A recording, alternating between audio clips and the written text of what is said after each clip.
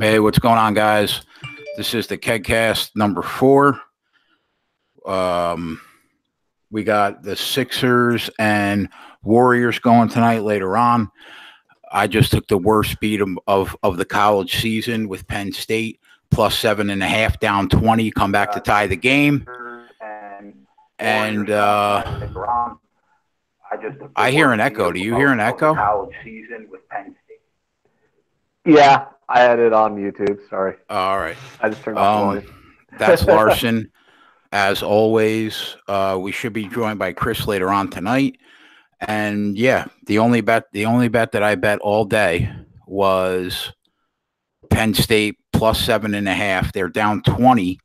They tie the game. They have a chance to win the game. The shot gets blocked. They go to overtime, and Purdue beats them by 9. So right in my ass, I lose. I start down a half unit on the day, and that's it. A microphone just shit the bed, the microphone cable, or we would have been on at 9:30 like we were supposed to. And yeah, it's not a good day. The last 2 days have been good days, but I'm aggravated today. So what's going on, Ant?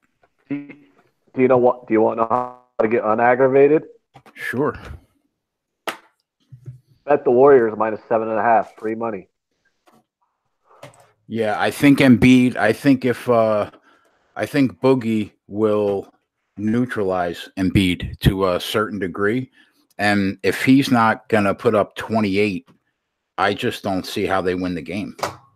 Well, so I look at it, I've been preaching this for like the last couple of weeks. The Warriors are done fucking around. Like the Warriors were fucking around all regular season, and they let Denver get ahead of them, and Denver took the one spot in the West. And then what was the Warriors' response? They go into Denver, give them the beatdown of a lifetime, and haven't looked back. This team is basically going to coast to another time. I don't think there's any looking back. They're going to lose like 5 games the rest of the season. This is the exact same roster that won 73 games a few years ago. And when they are turned on, they're turned on. And I think with that switch, and they're just going to keep rolling.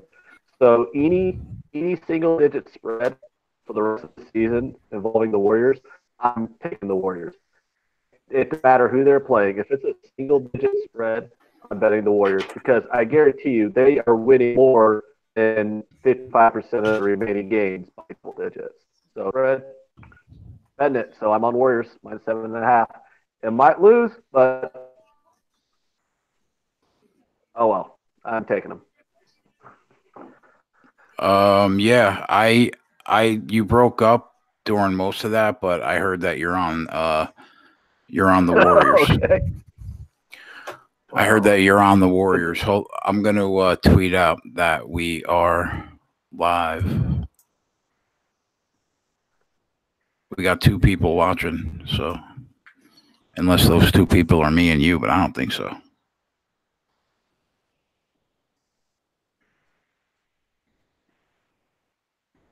You have anything for Gonzaga? I'm going to watch it. BYU's pretty good, and the Zags are on the road. So I was going to take the line was like 14. I was going to lay it, but then I was like, you know what? Maybe BYU can play within that number.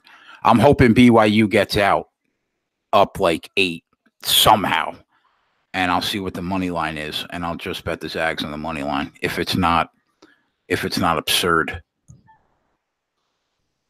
Maybe like minus 1,200 or something. Yeah, I don't want to.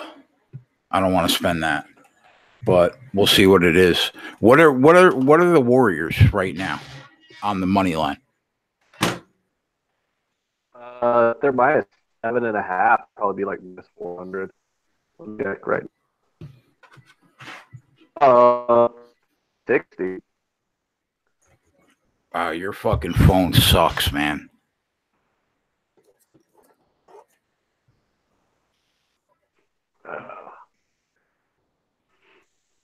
You can't hear me? Yeah, I can hear you now. It's amazing that you bought a computer and you're never on it. Here. They're minus 390, minus 8 right now. Oh, they are minus 360 on my book. Yeah, they're minus 390.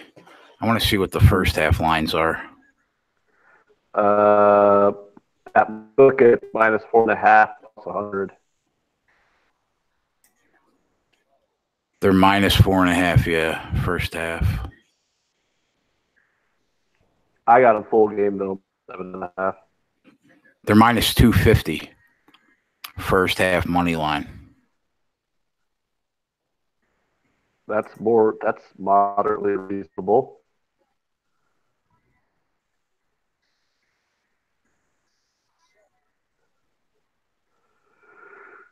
We'll see. Looking at the halftime line between. Oh wait, no, that's gone. I have to disconnect you and try to reconnect with you because you're just brutal. Disconnect yourself. Okay.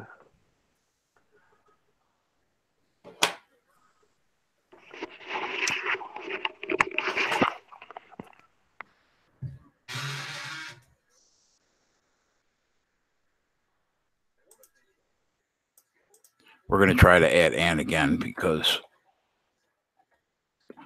this connection sucks. The kid buys a computer for some reason and goes on live every night on his phone.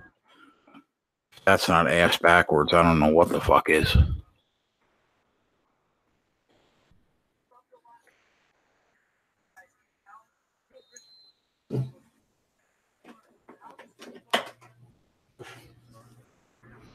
All right.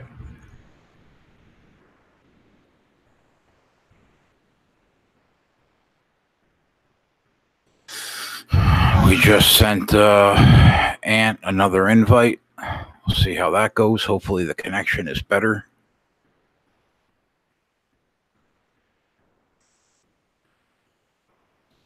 Man, I'm fucking sick about that Penn State game. It was nothing. We've killed it the last 2 nights. So I'm up maybe 5 units the last 2 days. But that half unit fucking made me angry. We had absolutely no business losing that game. None.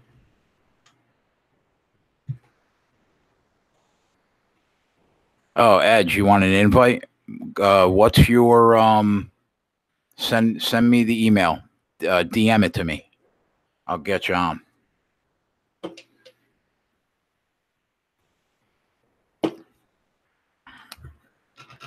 I think the Warriors make a statement tonight and take care of the Sixers. I watched the Sixers last night, man.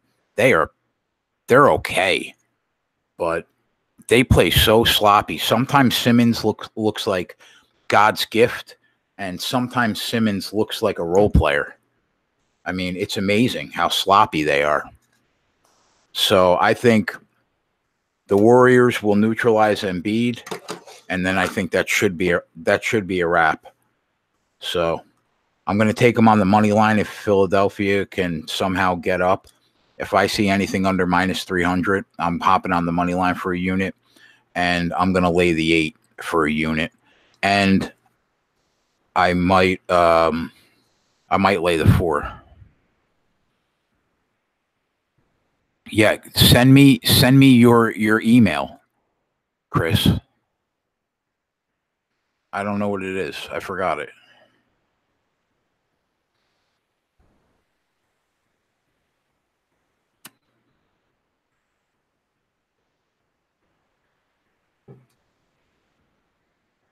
We got the Zags. We got Oregon, Utah right now. Oregon's up 4. Second half just tipped. We have at 11 o'clock, we have BYU Gonzaga. Zags are laying a big number on the road, but that's to be expected. And I'm waiting for these heads to get back on. I don't know what they're doing right now. See where Ann is.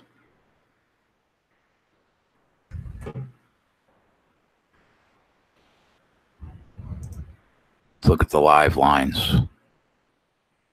Brooklyn's up 3 right now against San Antonio. They're plus a half point. Fourth quarter just tipped. Arizona State. Arizona State up 3. 13 to go in the second half. That's it, really. Hockey, Winnipeg and Columbus knotted up at 3 in the third.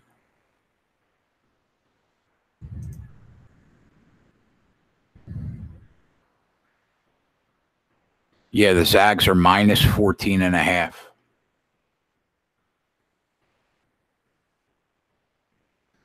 All right. 8755 rules. All right, let me send the invite to Chris.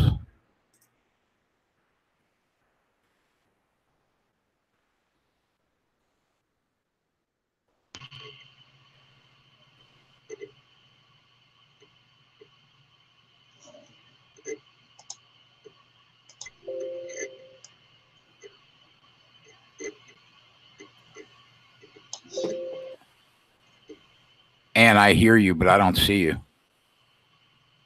I'm here. I don't see you, though.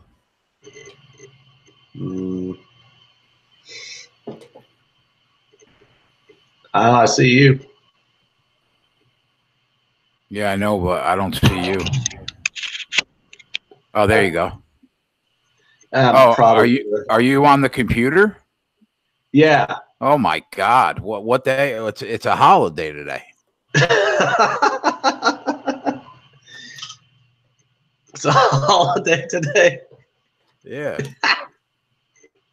Santa came early. He gave you an internet connection this year. I mean, sometimes you gotta. I won't even say it. All right. Oh wow! So I just got back on. I just got back on my bookie site, and it has moved to Warriors -8. So I beat the line move at least. Would you get him at 7.5? Yeah. Oh, that's good. Yeah, I got him at 7.5. So sweet. I'm excited about that. That's good. Awesome.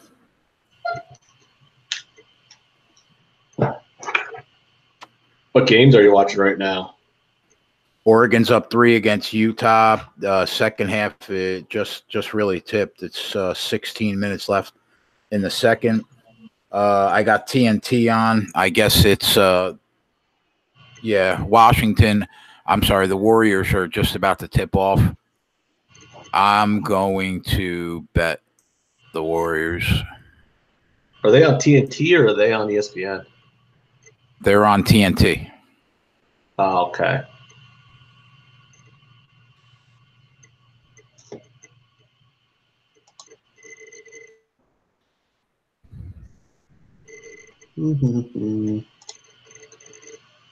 Now I don't see. Oh yeah, I see you. Okay. Oh wait a minute. I have to. I gotta fix. All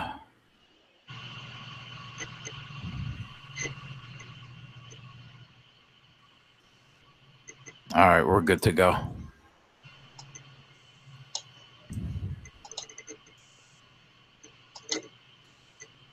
All right. See, this technology is easy. The camera looks good. Oh, good. Thank you. Yeah, sweet. Well, I didn't say you look good. I said the camera looks good. Well, I worked like 12 hours today, so give me a break. So the one thing I'm going to bet today is just the Warriors game. I'm not doing any live betting or anything like that.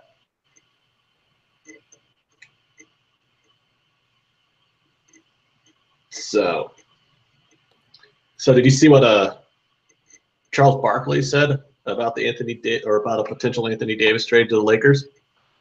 No, I didn't. What's going on there? He stated that Adam Silver needs to block any trade of Anthony Davis to the Lakers because it's obvious collusion. Because him and LeBron have this exact same agent, and he says these super teams are killing the competitive balance of the league. Chris, you gotta mute the screen so we don't hear the playback. You gotta pause the feed. Oh, there you go. So you didn't hear him say that? No, he's good now. I don't hear anything.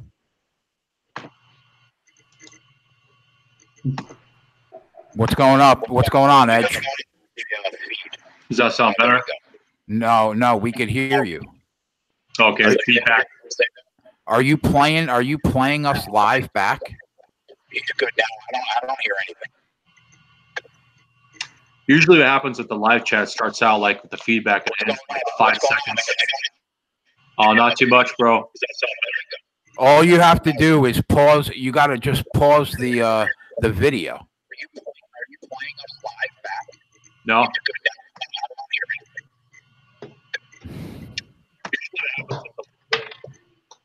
You know what it was? Yeah, it was. I got it now. All right. It's all taken All care right, of. sweet. What's going on, brother?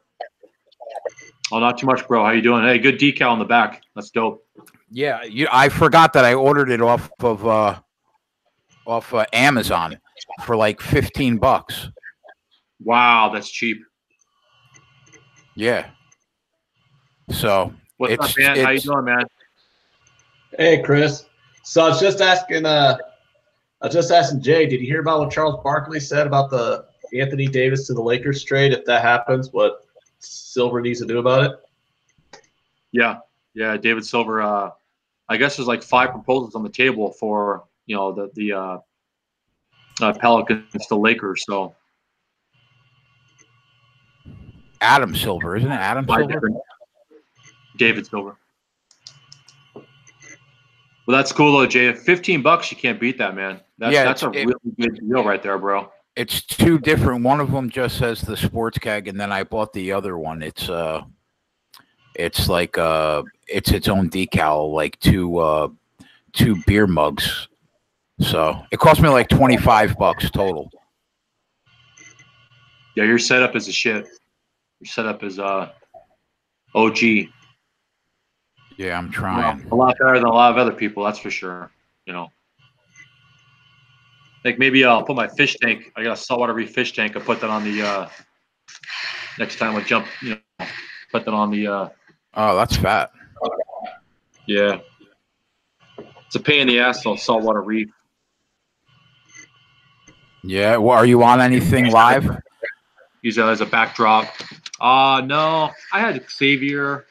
I fucking went and took the wraps -2, so not doing too well. But ready to bet some live betting and maybe work out some of the kinks and try to get the chat box up on YouTube. So you said, Jay, to click on. All you have to do is go. See, I hear you in the background. Are you playing the video of us in the background?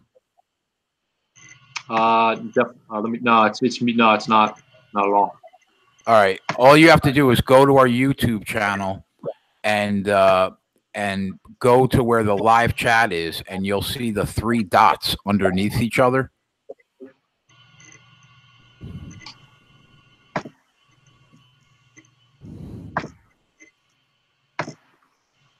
And then you hit that dot, and you'll be able to pop out the chat. Bro, why do I keep hearing feedback? He just turns the sound off on his screen. Yeah, I did. Yeah, it's muted. Okay.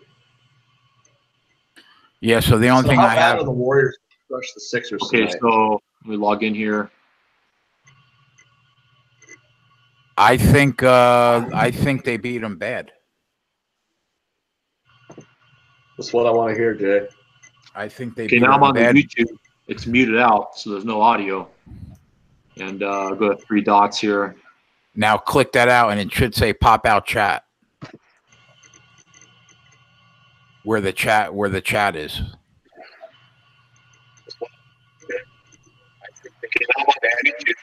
It's muted out, so there's no audio. You gotta hit pause on the video of us because we could hear it. Where the chat is. Okay, pop out chat. All right. See, but we still hear us in the background. Yeah, that's a trip because I don't have anything open. There's no windows open with the. You got to shut it. Do you have headphones? We're hearing us coming through the speakers. And that was when I jumped on? Yeah, it's just you because you don't have headphones.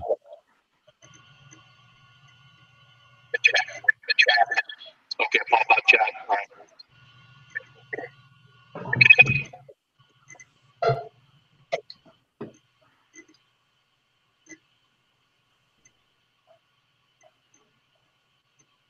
You don't have any earbuds or anything you could put in? We still hear us in the background. Yeah, I do. I have iPhone earbuds. So grab those earbuds and plug it in, and then we won't be able to hear the playback of us. No, just iPhone earbuds and a regular headset, but not like what you guys. Not what you guys. But that's all you need is earbuds. Plug the earbuds in, and then we won't hear us back because right now it's just a massive echo. It's weird. It wasn't doing that before. You know, a couple of days ago, it wasn't doing that before. Yeah, I know, but it's doing it now. It's been doing it the last couple of days. Earbuds or anything you could put in? Still hear us in the background. Yeah, let me try that. Let me try that. Grab those earbuds and plug it in, and then we won't be able to hear the playback of us. No, just an iPhone earbud and a regular headset, but not like what you guys know. But that's all you need is earbuds. Plug the earbuds in, and then we won't hear us back because right now it's just a massive echo. It's weird. It wasn't doing that before. A couple days ago, it wasn't doing that before.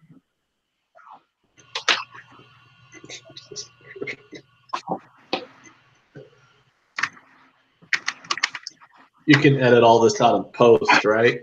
No.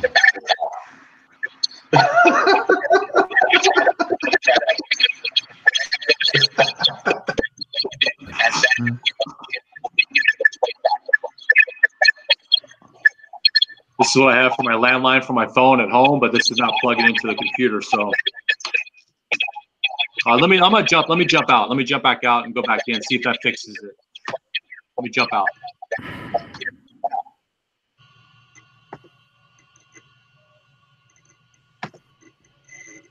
Hello? Hi. Yeah, he needs headphones every time, already plugged in when he comes on because it's just not working. We're hearing the playback through the speakers. Oh, I can hear it.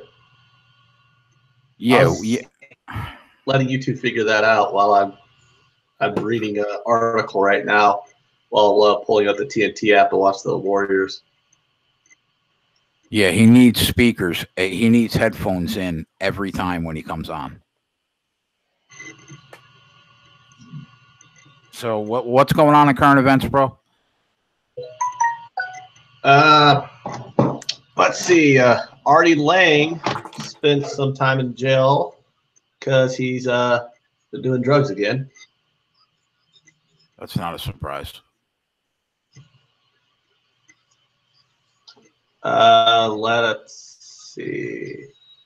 Oh, God.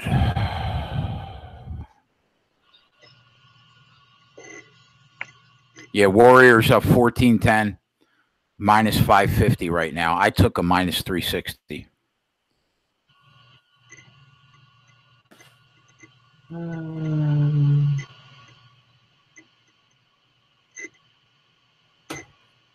Oregon up 2. Lakers Clippers just tipped. The Nets, man, they just continue to play solid basketball. Up 2 right now. 7 minutes to go on the road in San Antonio.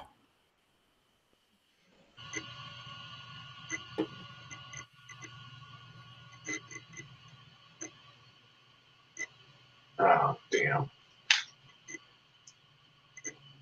I'll be right back.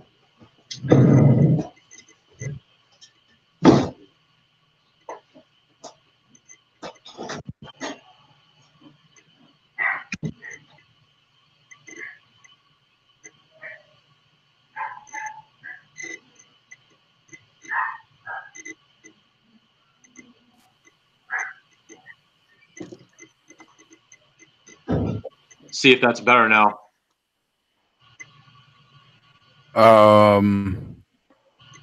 You know, I think the difference is right now I'm not in the YouTube chat. Right now I'm in normal, so I have no chat at all. Well, yeah, at least that there's no feedback that way.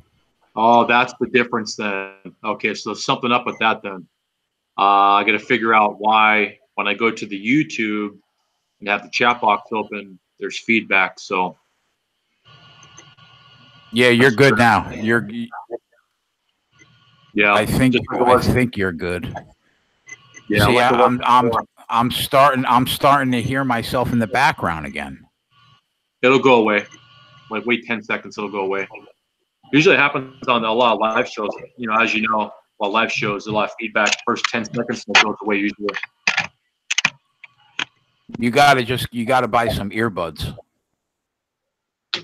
Yeah. The ones I have are just the like for iPhone and shit like that. So yeah, but that's fine. Just they don't fit in the computer. Yeah, they don't fit in the computer. Different the lightning. You got the lightning connection. Yeah.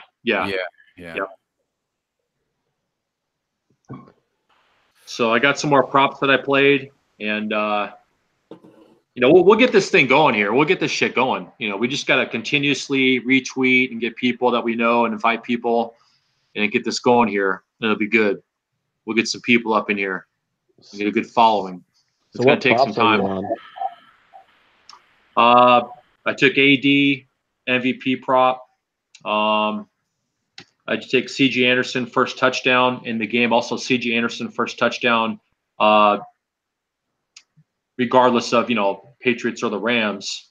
And I'm going to make some plays on James White. And one thing about James White, you know, last year in the Super Bowl, he played well. And 2 weeks ago in the AFC Championship game, he didn't score a touchdown, played okay. But he shows up in the Super Bowl. So we could dive into that. I got a lot of numbers on James White. On his numbers here. So what do you got over there, Aaron? Well, for props, yeah, I am on the Gronkowski first reception over 11.5. I'm on the shortest field goal prop being over 26.5 yards. I'm on the Sony Michel anytime touchdown at -120. I'm on the C.J. Anderson anytime touchdown. I think I got that at +150. And I'm on the over 1.5 interceptions in the game. And tomorrow night when I get off work, I'm going to handicap the national anthem. Yes, I said handicap the national anthem. It's all good. That's cool. To determine what if I should take the over-under on the national anthem. The last line I saw on it was 108.5 seconds. That time frame, I lean over, but I'm not going to make a bet until tomorrow night, and I'll tweet that out. I'll tweet out all my props once I make the national anthem bet. That'll be the last, probably the last bet I put in for the Super Bowl. I have no opinions on the sides or the total. I think the total is about right. Whether you want to bet an over or under on 56 points, I don't know. That total's probably right on the number. And at 2.5, it makes you want to take the Patriots. And I'm not going to touch that. I think if anything, I'll wait until it gets to 3 and take the Rams, or I'll probably just lay out the sides altogether because there's just so many props to bet on the Super Bowl that provide more value and better opportunities than trying to just take a side or a total in the game. Yeah, that's fair. Yeah, I'm live betting the side and the total as well. The total, I think, is around the number. I agree with that. I want a +3 as well. Same here. Might do Rams money line. But one thing I want to ask you guys about over 2.5 passes by any player. The past 3 Super Bowls, obviously over 2.5 passes. We got Brady and Goff throwing 2 passes, obviously. The half pass over 2.5 passes would be, like Edelman, he threw a touchdown pass in the Super Bowl, or threw a pass in Super Bowl 2 years ago. Last year, there was a pass by another player. Then we had Ted Ginn in Carolina 3 years ago that threw a pass. So over 2.5 passes by any player is a really good prop as well. We might see if more than 2 players throw a pass. Yep, like Philly special last year that made over 3 passes by any player, over 2.5 passes. So 3 passes total by 3 players. If the Saints weren't fucked, I think this would be a easy over 2.5 because who's that guy? Jay, you hit that massive prop on for him to throw a pass. Sean Payton's got a bonus for him or something. Taysom Hill. Yeah. Yeah, like how many games in a row did Hill throw a flea flicker on or something? Yeah, if I would have had that prop for $1,000 if the Saints would have made the Super Bowl. Big time. It's guaranteed. Absolutely. I made 500 in the NFC Championship game on it, but I was sick to my stomach that I couldn't bet that in the Super Bowl. I really wish that they had made it just for that prop. I can't find, bro. Let me tell you how bad of a job FanDuel and DraftKings have done with the Super Bowl props. They have, in terms of game props, they've got 1 million, but the only novelty prop that they have is basically the coin toss and what color will the Gatorade be. I checked like 3 offshore. What? Yeah. I checked like 3 offshore books about from a couple props that I saw on Vegas Insider that I wanted to bet. None of them had the novelty props. I finally found BetDSI, but they're just so poorly rated and such a shit show that I can't even put money in it, and I can't bet at BetDSI. Yep. So wow. I'm kind of sick. What about 5 dimes? How's the novelty prop market over there? It's good. They have a ton of props. I can't print them all out because it won't print them all out consecutively. It only prints out like the first 20. But I just write down the rotation numbers on the props and then dial them in. Can you pull up? Can you log in 5 dimes on your browser and tell me what novelty props that they have? Yeah, absolutely. Love it right now. So we got 9 minutes till the kickoff the 8 p.m. College basketball game. What side are you guys on? I didn't bet a side. It's BYU Gonzaga. So I'm going to watch some of the first half and decide whether or not I'm going to bet it. The only thing I have right now is a unit on the Warriors money line. Right now they're up 8 with 4 minutes to play in the first quarter. I got a unit on the Warriors minus 7.5. Yeah, if I see right now the line's 10.5. So, and the total's 241.5. Those totals are ridiculous. I know, it's amazing. Easy 20 points over the total in the NBA now than what it was a couple years ago. I remember like totals at like 217 would be ridiculously high. Remember that? Oh yeah. Yeah, remember when you see totals at like 195, 198, and now it's. I know, it's unbelievable. So in terms of novelty props, national anthem set at 111.5 seconds. They got different numbers up for that. What else you got? This fucking computer. It keeps shutting off and turning back on and shit, and it's got a virus in it. Let me wait for it to load back up here. Quit watching porn on it. That's what your phone's for. Yeah, not that. This computer. It's got the McAfee virus in there. So the McAfee keeps shutting it off and turning it back on every fucking time. This computer here is good to go. This is my main work computer for my business and all that. The computer I have right here is a TV computer, living room computer, but it's not keeps shutting back off and on. If it keeps doing Golden this, State's making a run. What's that? Well, I was about to say Philadelphia started to make a run. Golden State was up like 12, and now Philadelphia's kind of closed it down a bit to about 5, but it's still in the first quarter. So yeah, it's a 2-point game, and they're on their way to tie it. Tie game, 27-0. Shit, good time to grab Golden State game right now. Probably what, -6.5 right now. Yeah, close. It was 6.5. Now it just switched to 8.5.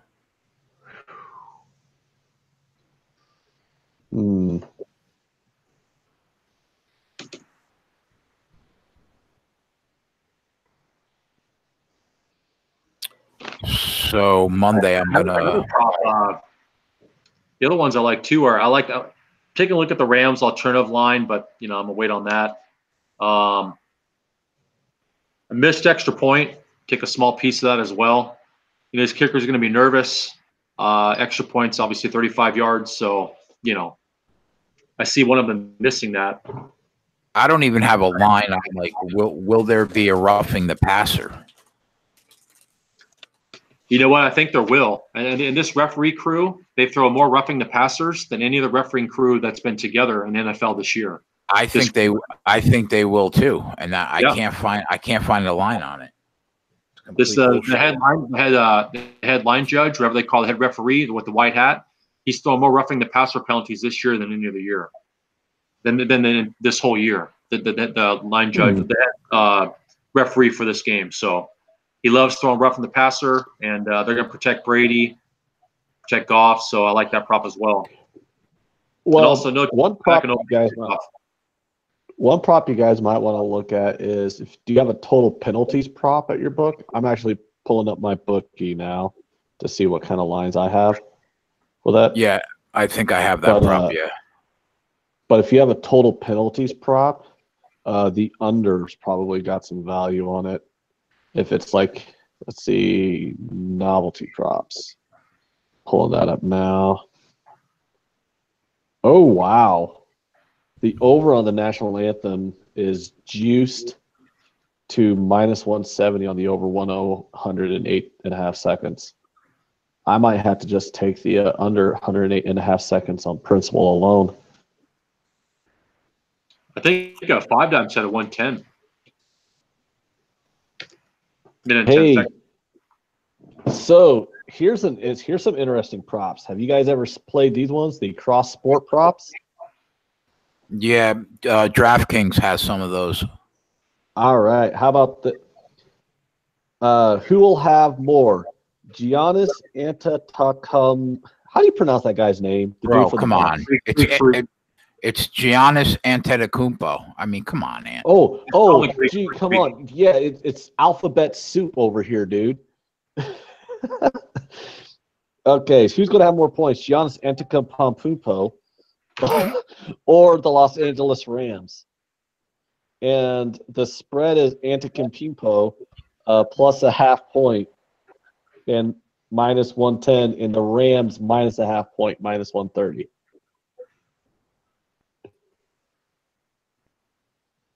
Or Steph Curry, the Lakers Warriors on the 2nd is the game.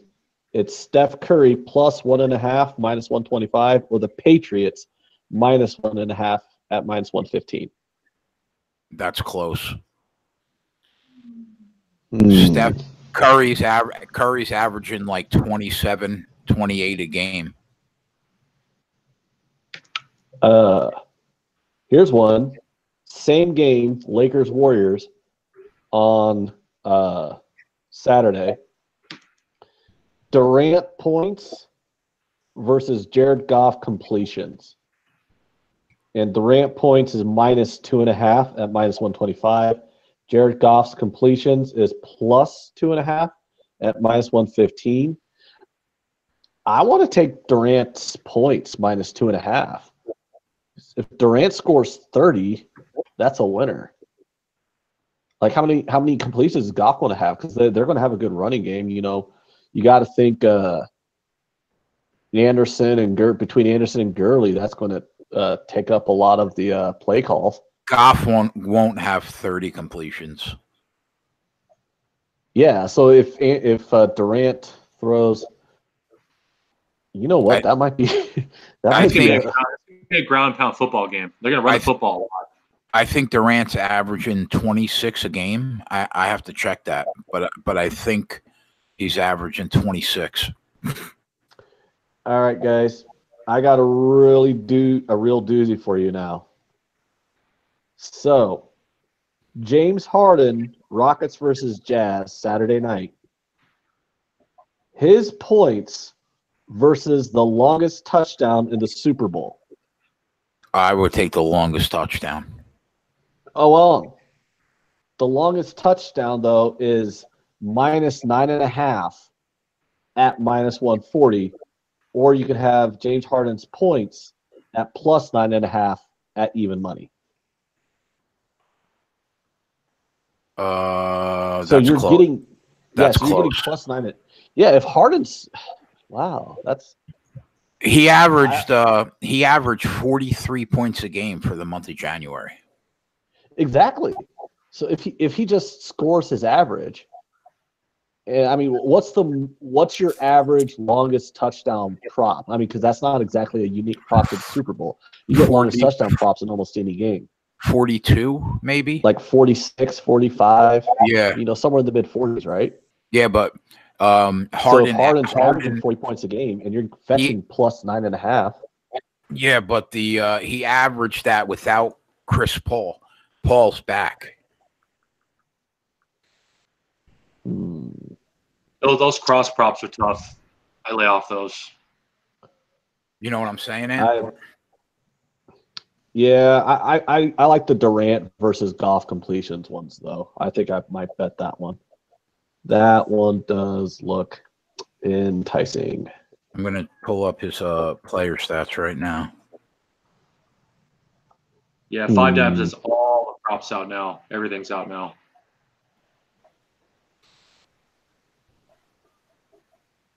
Got any stupid ones? G9 must be who's playing at the halftime? G9 28 points a game. He's averaging 28. Durant? Yeah. Well, how many completions is Goff averaging? Let's look that up. I'll look that up. Probably around 25. If I had to guess, I'll look that up. Which player? Jared Goff.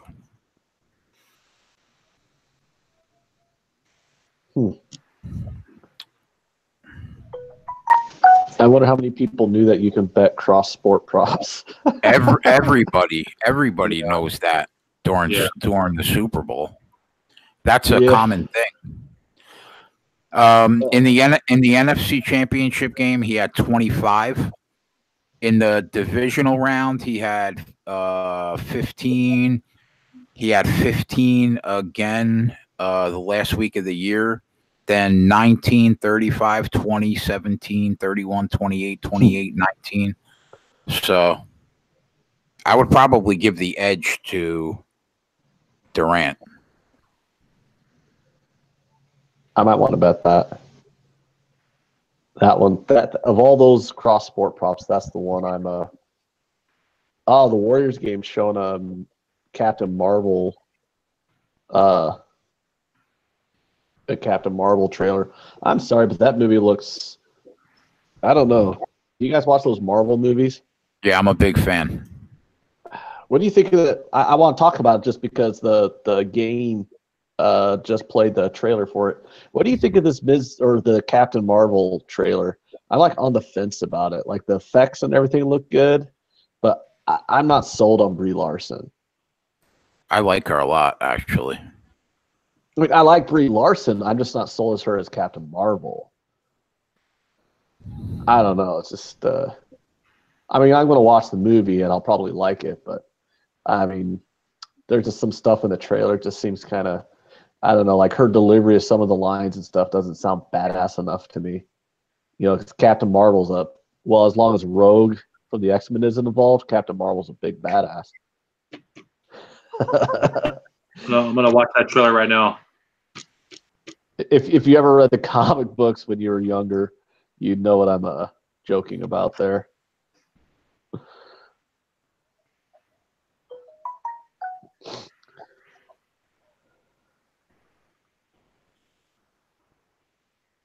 So you had the Pistons, huh? Or not the? You had Penn State and you got fucked. That's yeah, man. funny. They were down 20. They tie it up. They have a chance to win it. They go to overtime, and they lose by 9, getting 7.5. It's the worst loss I've taken so far this year in college basketball. You want to hear the worst loss I've taken all year? It happened 2 days ago. Arizona State up 3 with 37 seconds to go. Go ahead. I gave out Everton team total over 1.5 goals, British Premier League, the other day. I was on their over 1.5 goals. They score a goal in the second minute of the game. So when you have a team over, you have a team over 1.5 goals, and they score a goal in the second minute of the game, you think, all right, I'm golden here. They're going to kick this ass. Yeah, the game ends 1-0. That's 2 minutes in, they score a goal. That's the final score. Yeah, what happened? They get a red card, which means, you know, they lose a guy. So now they're down 11-10. So, you know, when you're down 11-10, instead of attacking the goal, they just kept everybody back to protect that 1-0 lead. And the game ended 1-0. So I'm watching the game. The game just starts. They get a goal in real fast. I'm cheering because I think I'm going to fucking have an easy winner because now I got 87 minutes to get a second goal. And those fucking cunts. Fuck Everton. I'm never betting on that team again. My daughter's making a cameo tomorrow night and Saturday. I hope she didn't bet Everton. No, but she had Kansas though. She did have Kansas. Nobody in the chat tonight. Was that Kansas? Kentucky won a winner? No, we lost by like two or 3 points. It was a loser. But I have her every weekend. I see her a few times a week. Plus, I have her on the weekends. So she'll be here. She'll be here. She'll want to bet something Saturday, guaranteed. She's like the coolest little kid, bro. She loves football. She can't wait for the Super Bowl. Ask her what she had in the Super Bowl. Yeah. She's a Jets fan, though. It's hereditary. Why is she a Jets fan? Yeah. Because she taught her that. Because she doesn't have a choice. Yeah, so she has no idea who the other two teams are. Everybody has a choice. She does know who they are, 76ers up 3 right now. Shit. You know what? That's great time to step up and down. That was at 5.5? 6.5. 6.5, yeah. Yep.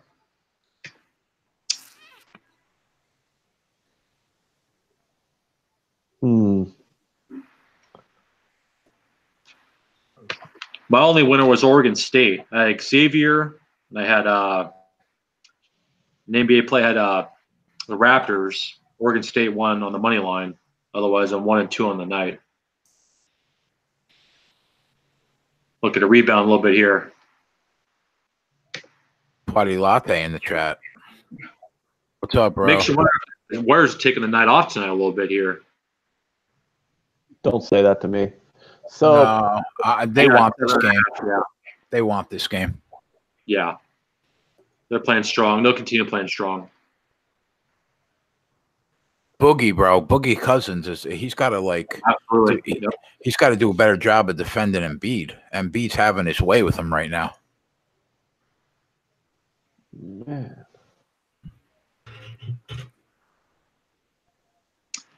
Yeah, so in regards to signing the total, live bet it.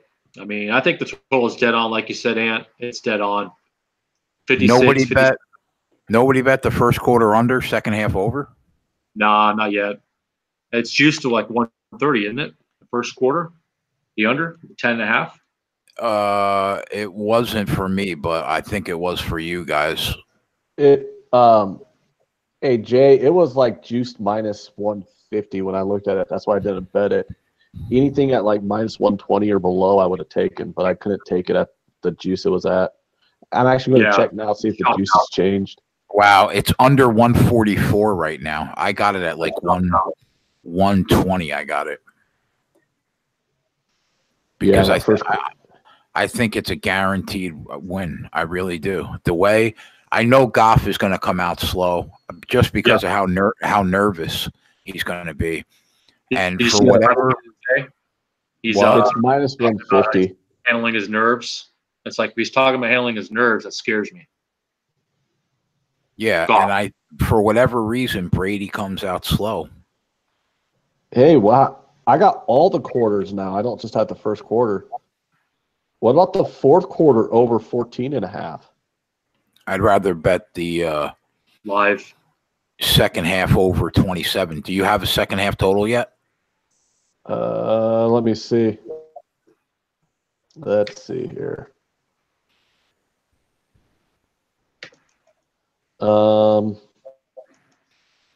I sent the second half over. Oh, I didn't send it out yet, actually. No. God, I bet it at one. I bet it at 110, and it's minus 135 right now. I have every quarter's total, and I had the first half total, but I don't have a second half total. Yeah, second half total is over 29.5. 110. Yeah, I got 27. I'll bet it live. I think that's a winner, and I think that first quarter under is a winner, and I think the book knows it. That's why they're minus 140. Mm-hmm. Yeah, second half is minus 140 for the Pats. I got second half money line Pats minus 122. So when are the Warriors going to quit fucking around with this team?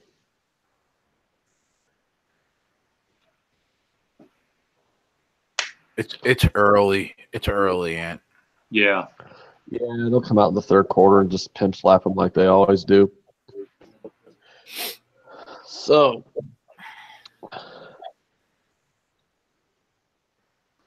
what do you guys think about the over 2.5 passes by any player?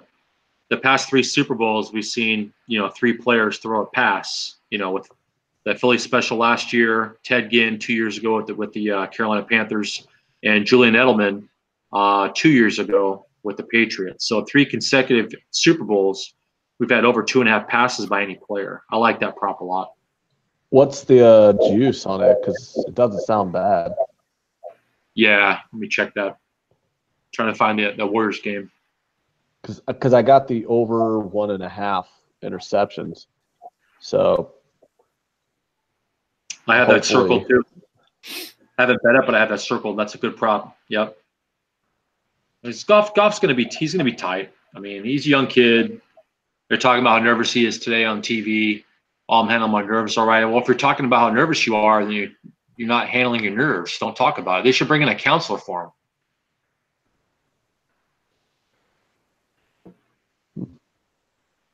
Something. Calm him down. Gonzaga game tipped 7-5. 2 minutes into the game.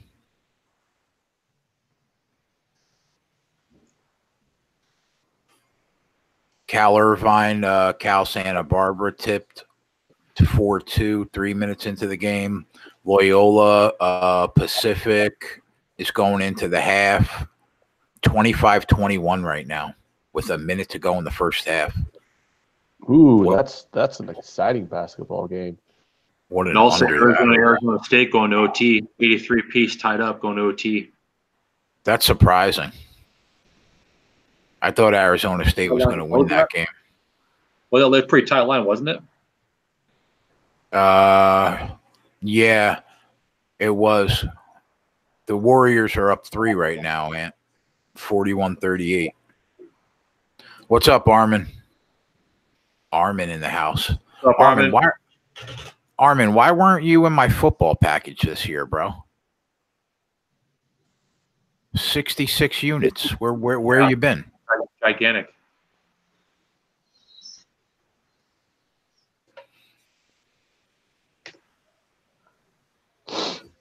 Clippers Lakers is in the second quarter. 36-35 Clips. It's basically it's a back and forth game. It's basically a pick'em game. Armin had UTEP +9. Thought they would win it at half. I had the worst beat going, Armin.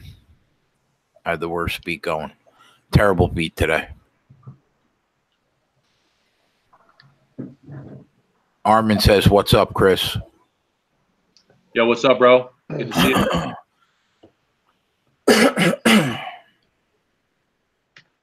I got a lot of work to do, man. I gotta send out about between 5 and 7 more props. Maybe even more than that. Whew. I'm gonna wait to see what the spread does Sunday morning. Sunday morning, depending on what the line does, I might send out a pick. I'm not going to touch the total because I'm going to send out that they already got the first quarter under, and I'm probably going to send out that second half over. Yeah. Yeah, but that first quarter under is so juiced now. I think you're like the only person in the world who got it at that. Well, juice. When I sent it out to them last week, so they got it too. Oh, yeah. Well, the biggest line. Yeah, I was late to that party. Sunday morning, Saturday night to Sunday morning before kickoff. All the public money's going to come in, as we all know. So we might see a 3, might see a 2, might go to +2, might go to +3. Bovada has a +3, and there's some books in Vegas that have +3 on the Rams. So, Hold on, there's some books in the Vegas that have a +3 now. Yeah, William Hill has a +3. Yep. Twatty Lade coming in saying he needs a football guy next year badly. It's Jay, this guy right here. Shit, I had 63% documented. Jay, you had 64%. Shit, man, and we're documented too. 66. Did you hit a regular season? Yeah, for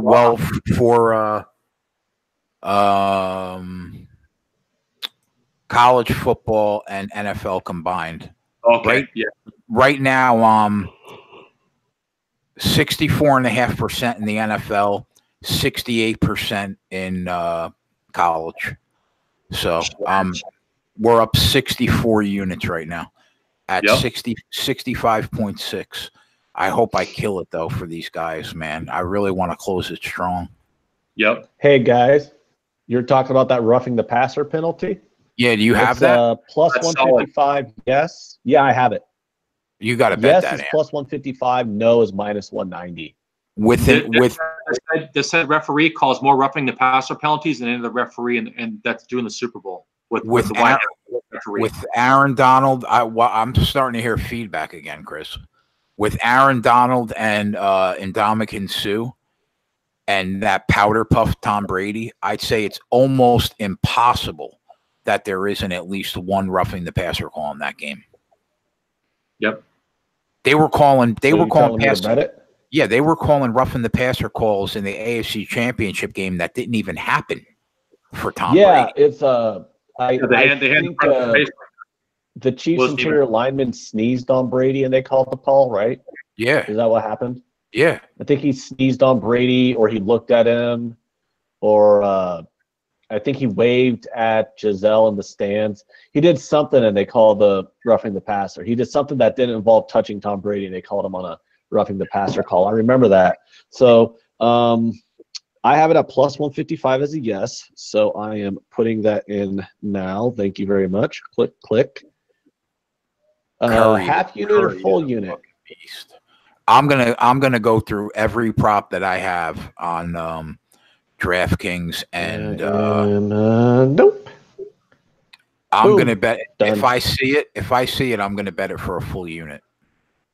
If yep, I see I it. just bet it. So let me. There was another one down here. All right, I just bet that. Now I need to go back into the screen here. There was another one that intrigued me. Is longest penalty enforced, which basically, like, it's basically saying is there going to be a pass interference down the field. Well, that's guaranteed, bro. With that fucking kid that played against the Saints, that's guaranteed. How long is it? 20 and a half. Even money for the over, minus 130 for the under. 20 and a half. That's an over. Yeah, you can get a PI over, pass interference. 100%. You'll probably see one that's between 35 and 40 yards. See, that's why I like the college rules on pass interference. It's spot of the foul up to 15 yards. So they don't give you some cheap 50-yard penalty. Right. Another really good prop is touchdown under 1.5 yards. You get a pass interference call in the end zone, ball spot on the 1, punch down first and goal, 3 downs to get the ball in the end zone. I like touchdown under 1.5 yards too. That's a popular prop. I like that one too. Armin says he saw a prop. How many plays are reviewed? Over under 1.5. That's tough. Over under 1.5. Yeah, I would say at least each team reviews one call in that game. Wouldn't you? I don't know what the juice on the over is, but I'll lay it. Yeah. What's everything? What's that line, Armin? What do you got on that line? If that line's minus 800, I'm laying it. They had 4 reviews in the fourth quarter alone in that. No, game. He's talking coach review. Oh, so booth reviews don't count? No, throw the flag challenge, red flag challenge. But even still, even still, you have to think at least one challenge by each team. Oh, easily. I'm looking for that prop right now. So here's the total penalties prop. It's 11.5, and the over is juiced at plus 100, and the under's juiced at minus 130. Even with the juice, I don't really want to lay minus 130, but I lean towards the under 11.5 penalties. Like, we might see a rough in the passer. We'll probably definitely see a pass interference or something. But all in all, like, I don't really think if you look at it, the referees don't call as many penalties in the Super Bowl. They don't try to, you know what I mean? They're not trying to decide the Super Bowl. They want the players to decide the Super Bowl. So I think there's usually, if you look into it, there's usually less penalties called in Super Bowls than anything else. And the Patriots, we all know the Patriots will probably only have like 2 penalties called on them. I mean, wasn't there a playoff game last year where the Patriots had 0 penalties called on them? Because I think Bill Belichick, gave Clete Blakeman a Hummer or something. So they didn't call any penalties that game. Yeah, they're disciplined. The Patriots are disciplined, that's for sure. But this head referee, they throw a lot of flags, so I wouldn't be surprised. 11.5, that's probably around. I see that right about. That's a tough prop to make a wager on. What'd you say? I will bet it. I lean under, but at minus 130, I'm not betting it. And I'm not taking the over because I can't take an over 11.5 penalties in a Super Bowl. Because my feeling is you just have to be really sloppy to get penalties called on you like that. I think the referees try and eat the flags a little bit during the Super Bowl.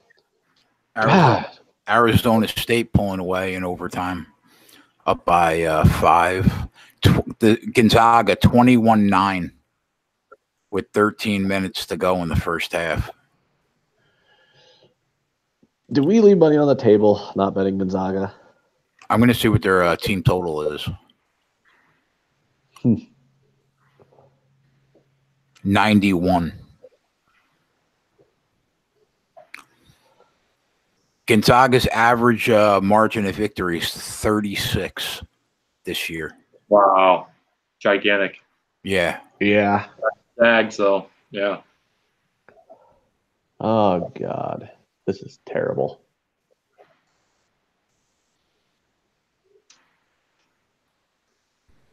Do a little live betting here.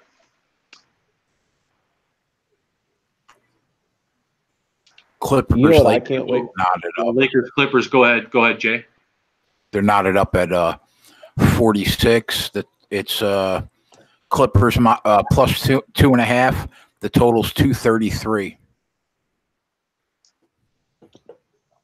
Hey, Jay, you know what I can't wait for? What? Election year 2020. Here we go. Is the Sports K going to be everybody's place for political election props? handicapping? You know political it, props. Oh my God. You know it. You know it. Oh man. You know what's crazy is I saw Kristen Sinema. She's a senator from Arizona. She was in the news the other day for something. I can't even remember what she was in the news for. I just saw her name on the headline because she was like in the news for something, and I just started clapping because of that tip you gave me to bet on her at like I think that was like plus 180 for her to win that Senate race the day before. And it went into a recount, so it took me a week to win that bet because they recounted that vote in Arizona for a fucking week. But I finally won that bet. I don't even know if she's a Republican or Democrat. I just know I'm just happy she's a senator. That's hardcore. If you guys really think about the 2020 Senate race, that's hardcore, man. That's hardcore. She's a Democrat. Oh no, Chris, we took 2 Senate races, Kristen Sinema, and then we took Bill Nelson in Florida. But we should have known that it was a stupid idea to bet. It's a stupid idea to bet an election in Florida because we all know those things are fucking shady and they don't know how to count votes in that state. You know, delegates, the broken Chads. Remember that shit? Yeah. Who we bet that pissed me off that didn't win was Andrew Gillum, the governor of Florida. He was. No, I didn't bet that one. Oh, you didn't bet the black guy? No, I took Beto O'Rourke because he was like plus 500. That was only down by like that was a flyer. Yeah, well, it was plus 500, and he was down by like 1 point. I mean, his poll numbers were within the margin of error, so plus 500 seemed like a flyer. I mean, it was like a quarter unit, but the big bet was on Sinema at like plus. I got it like plus 170, and that was a sweet hitter. Here come the Warriors. Democrat or Republican? She's a Democrat. Here come the Warriors. Yeah, up 9. Wow, a Democrat won in Arizona, really? Yeah. Yep. Are you guys on that was a good hit. Lakers side at all? What, Chris? Are you guys on the Clippers-Lakers side at all? No. No. I have no interest in betting, even getting involved with the Lakers until LeBron is back. He's back tonight. Yeah, he's playing. He's on the bench right now. Yeah, he's back tonight. Is he really? He's in the game right now. They're up by 1. In games minus 1.5, juice to 120. I'm gonna take a little bit of that. So speaking of political props too, this is a funny one. You know how I told you like my buddy, he'll lay big prices, like he'll always lay big favorite prices. So the prop that he had was that the Republicans will keep the Senate, and he laid 1,000 on that. He laid 1,000 to win 100. Jesus Christ! He won. I mean, I asked him about that. I'm like, did you really just lay 1,000? He's like, no, I picked up a free $100 because there's no way the Democrats were taking the Senate because he's like, just look at all the polls. And I'm like, okay, I guess you got a point there, but damn, that was Whew. Whew. Yeah, I didn't. Yeah, I didn't think feel- that they were taking the Senate. They had no shot. Yeah, they didn't, but like laying 1,000. He said he wasn't laying 1,000. He said he was taking a free $100 from the bookie. I'm like, all right. He's free money. He's like, Anthony. Yeah, he said, Anthony, you don't lay the juice when you win. Chris, is Kuzma in the game too? Yeah, he's in right now. Yep. 3 Kuzma minutes in the first half. That's official. LeBron and Kuzma are playing in the game. Yep. All right, I'm on. I'm on that. Hey guys, the Warriors are about to hit that magical number at halftime. You know what I'm talking about? No, I don't. But I'm betting the Lakers right now. I just did. I got -1.5 Lakers. No, you guys want to take the Warriors second half line now. They're up at 7 at halftime, and 7.5 was the closing line. So you're going to get like the Warriors second half at like -2.5, maybe -3, and that's a really cheap line, especially since you know they're probably going to fucking blow them out by 15 in the third quarter. I'm on the Lakers -0.5, -110. That's a good number. -0.5. That's good.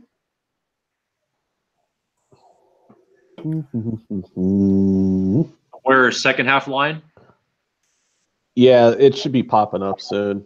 Just with the halftime, they're up 60-53. Yeah. And the full game line was I got it 7.5, but I think it closed at 8. So judging off of the full game line versus what they're at halftime, the Warriors halftime line, I'm pulling it up now, but it should be like -2. BYU -2, that's an easy bet. BYU making a run down 5. They're making it expensive. -3. 23-18 Gonzaga. Wow. That's why I was hesitant to lay the 14.5. I thought BYU can play within the number. Yeah, you did tell me that. Yeah. I mean, it's still early though. Oh like yeah. Gonzaga, they can win the game. Still 14.5. They can win the game by. They can win the game by 25. But I just didn't really want to lay it. Who they beat by 60 last week? San Diego or San Francisco, I think. Yeah, they beat somebody by 60. That's not even fair. They should make that illegal. Yeah, that was San Francisco. If they played down here in San Diego, we all know about it. When the Zags play down here in San Diego, we all know about it. Either the Toreros or the Aztecs. Armin has the Warriors first half. That looks good. Sweet. If he had the Warriors first half, he won because the first half line was 4.5. Is it over? It's halftime? Yeah. Oh, okay. 60-53. That's why I'm mad. Because I took the Warriors full game, and I should have taken them first quarter because the first quarter line was 3.5. They covered. And I should have taken them at the halftime line because that was 4.5. They covered. So I could have tripled up on the game. So now I'm pulling a J and thinking about the bets I didn't make that would have won. Because that's what you do every fucking time. No, but the Warriors second half right now is -3. Yeah, I don't, for some reason, I never get second half lines. They just keep the live line up.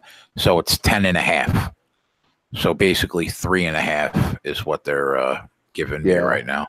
I would take that. I would recommend if anybody's we're probably talking to ourselves, but who cares? I would recommend taking the Warriors -3, but I'm not taking them -3 because I already have a pregame position on them -7.5. So basically, I just be betting them again, but at a worse number from the beginning line, if you know what I mean. Yeah. But if I didn't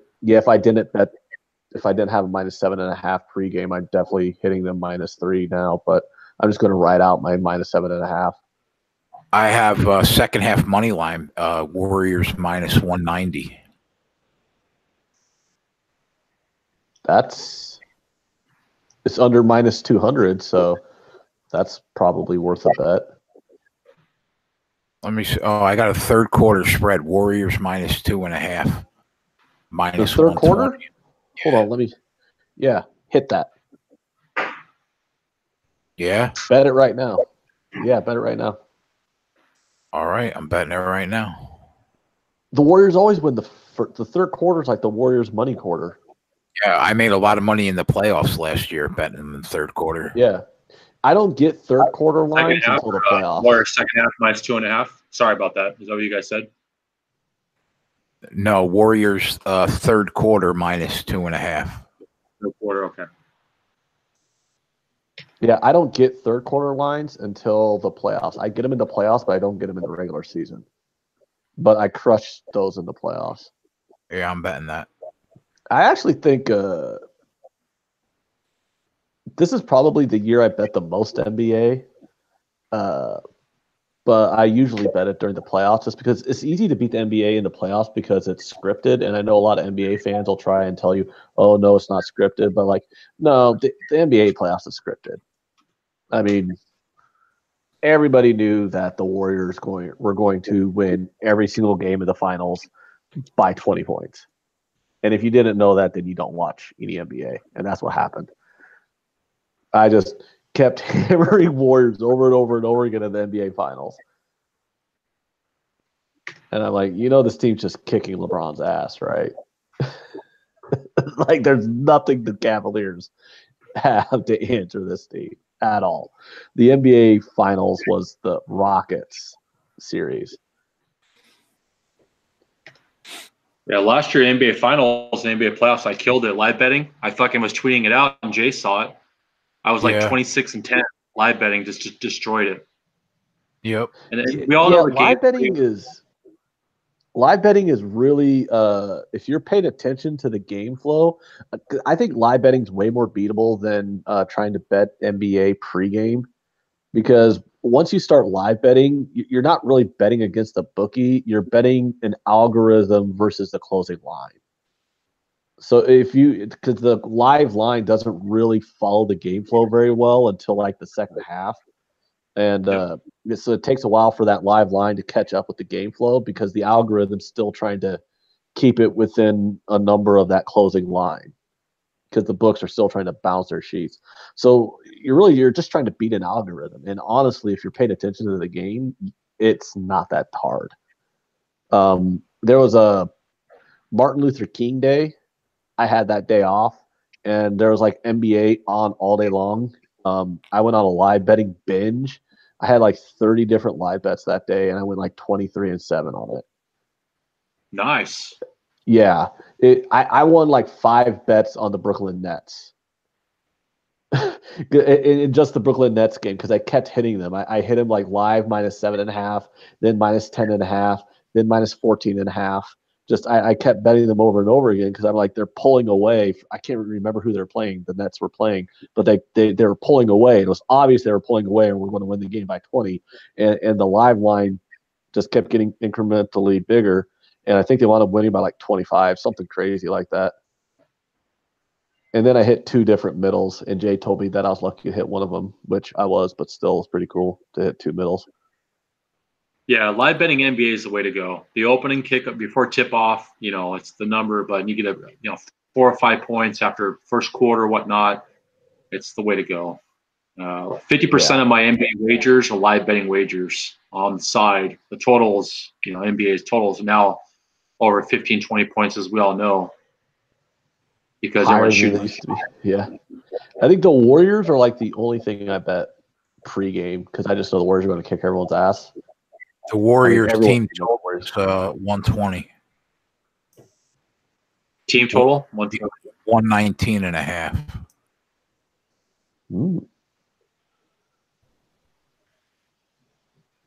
Hold on, let me.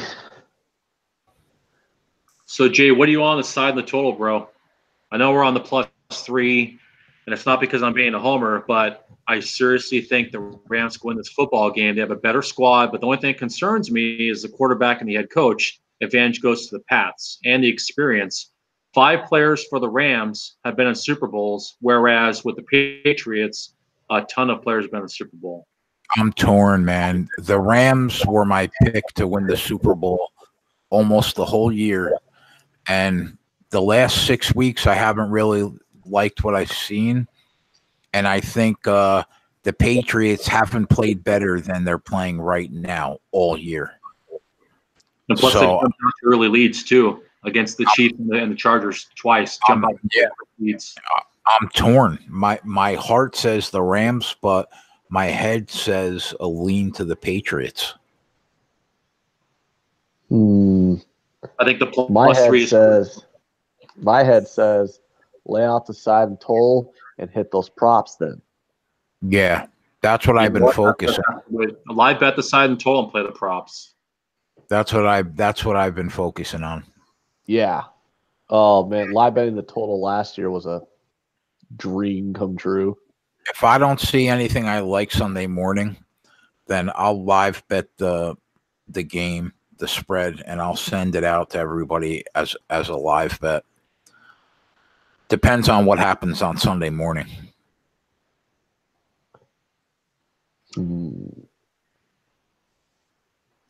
So let's talk about James White here for the Patriots. Super Bowl 52 last year, 7 rushes, 45 yards, 2 receptions, 21 yards. 2 weeks ago, the AFC Championship game, James White, 6 rushes, 23 yards, 4 receptions, 49 yards, and had no touchdowns. But he had a touchdown in the Super Bowl last year. I like James White to get a touchdown prop. Anytime touchdown, James White, anytime touchdown is a really good prop. And also betting James White over on reception yards, but rush yards, it's going to be split between 3 different running backs that the Patriots use. So what's the juice on his anytime touchdown? It's probably even money. Let me check it real quick here. I mean, because he had a bad AFC Championship game, James White, but last year in the Super Bowl, he had a touchdown. He had a really good game in the Super Bowl. I'm thinking that Belichick and they're going to go back to James White again in the Super Bowl this game, and anytime touchdown is really good for James White.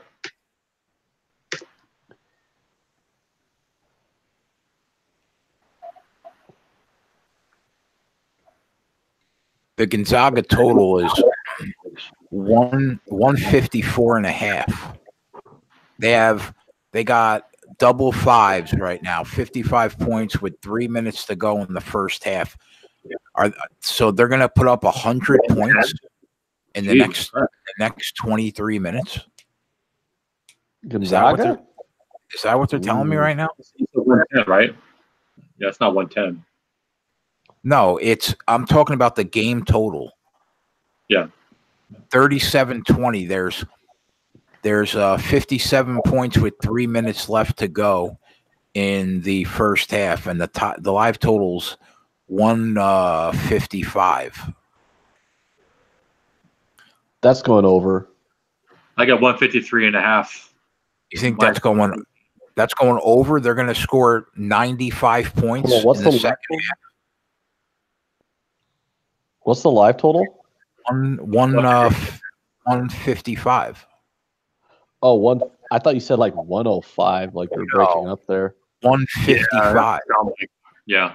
Well, Gonzaga's going to have 45 points by the end of this half. Okay.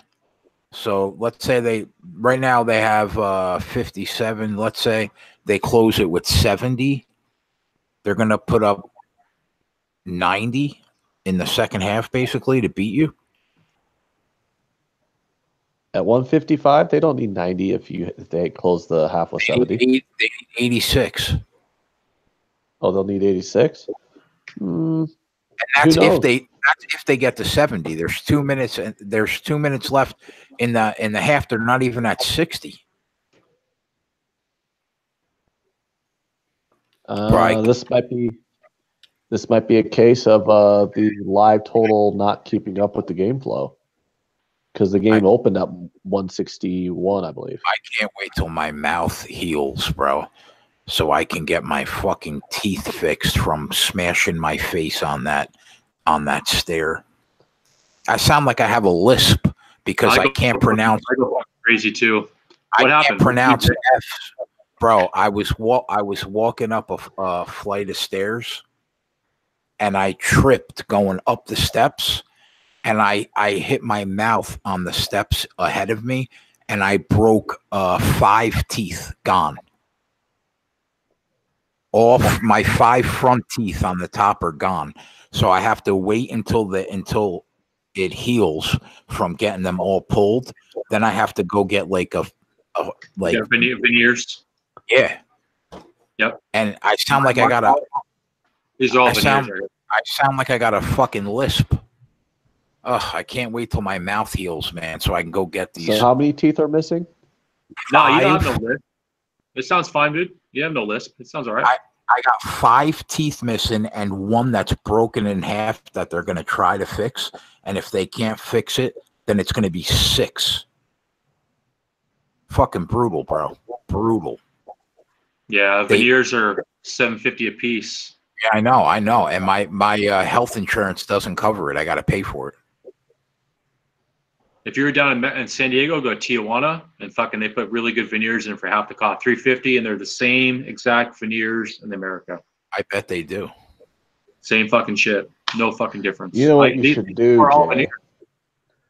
My front 4 are fucking fake. They're all veneers. So they pulled 5 of them. You know what you should do, Jay?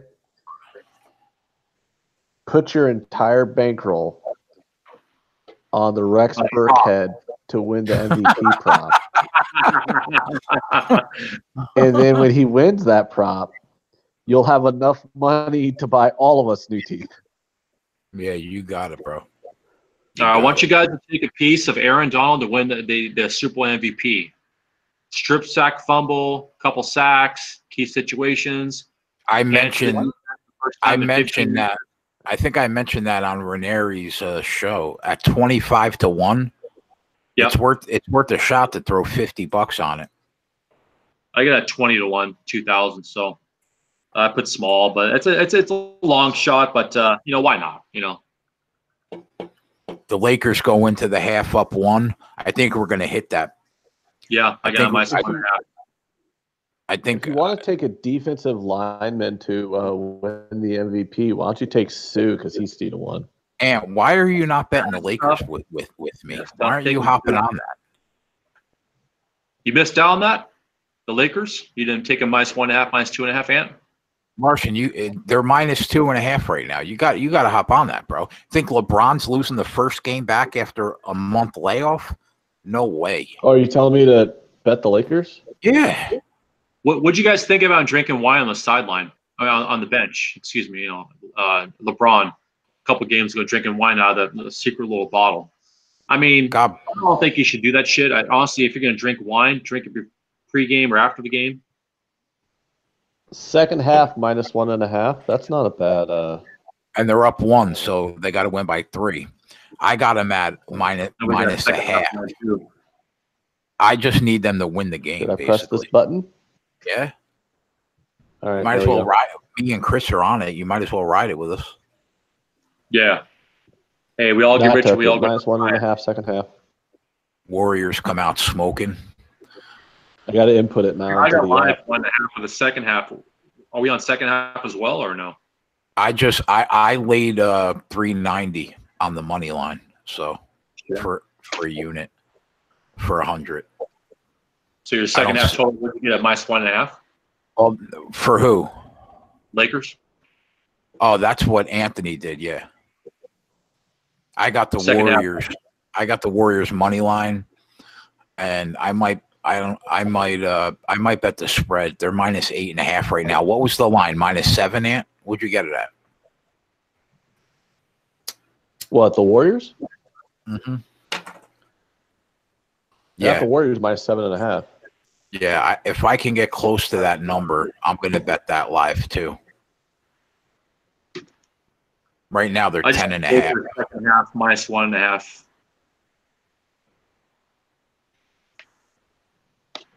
I just took the Lakers second half -1.5. So you need them to win the game by 3. Yep. I just need them to win the game. Oh God. We'll get those units back. It's all good, Jay. We'll get that shit back. That fucking Penn State, man, made me sick. It's only a half unit. The last 2 days, I'm 6-1. So I've been doing. I'm good. I'm up on the week nice, but that half unit made me fucking angry. What was the line on that Penn State line? Plus 7.5. They lost by 9 in overtime. Fuck. No T. Fuck. I hate that shit. Down 20, Chris. They come back to tie the game. With 10 seconds left, they have a shot to win the game. And they miss it. It goes to overtime. And they scored 2 points in overtime. That's what they did. That's unfortunate. Well, we all have bad beats. We bet every day on sports gambling. Every day we're gonna have bad. Every week we're gonna have bad beats. The best thing we do is forget about them, move on, and it's hard though, man. 100%. It's more difficult to move on. But the good thing is all three of us are on the props, not on the side of the total yet, because I have not made a play on the total. I think the total is dead on, and all three of us agree. I know Ant said that he thinks the total is dead on. Jay, you think the total is 56.5? That total. Yeah, I think the total is pretty much where it should be. Yeah, it is. Yeah, the books are sharp on the total. I think we have a significant advantage on the side, but I hate betting against the Patriots, and we're asking the Patriots to lose 2 Super Bowls in a row, which is tough to do. That's why I want +3.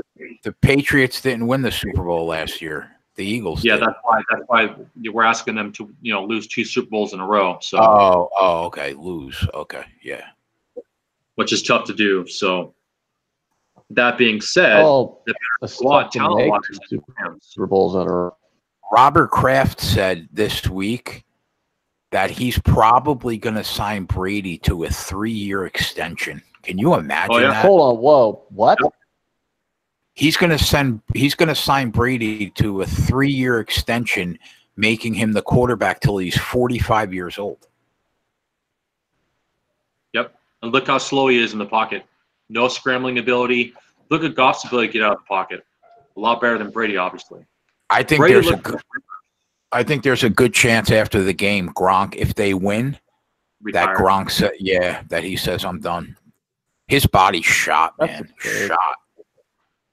Another handicap we got to look at as well is look at Brady's arm the past 5-6 games down the field. He can't throw 30-yard passes. Goff can, Brady can't.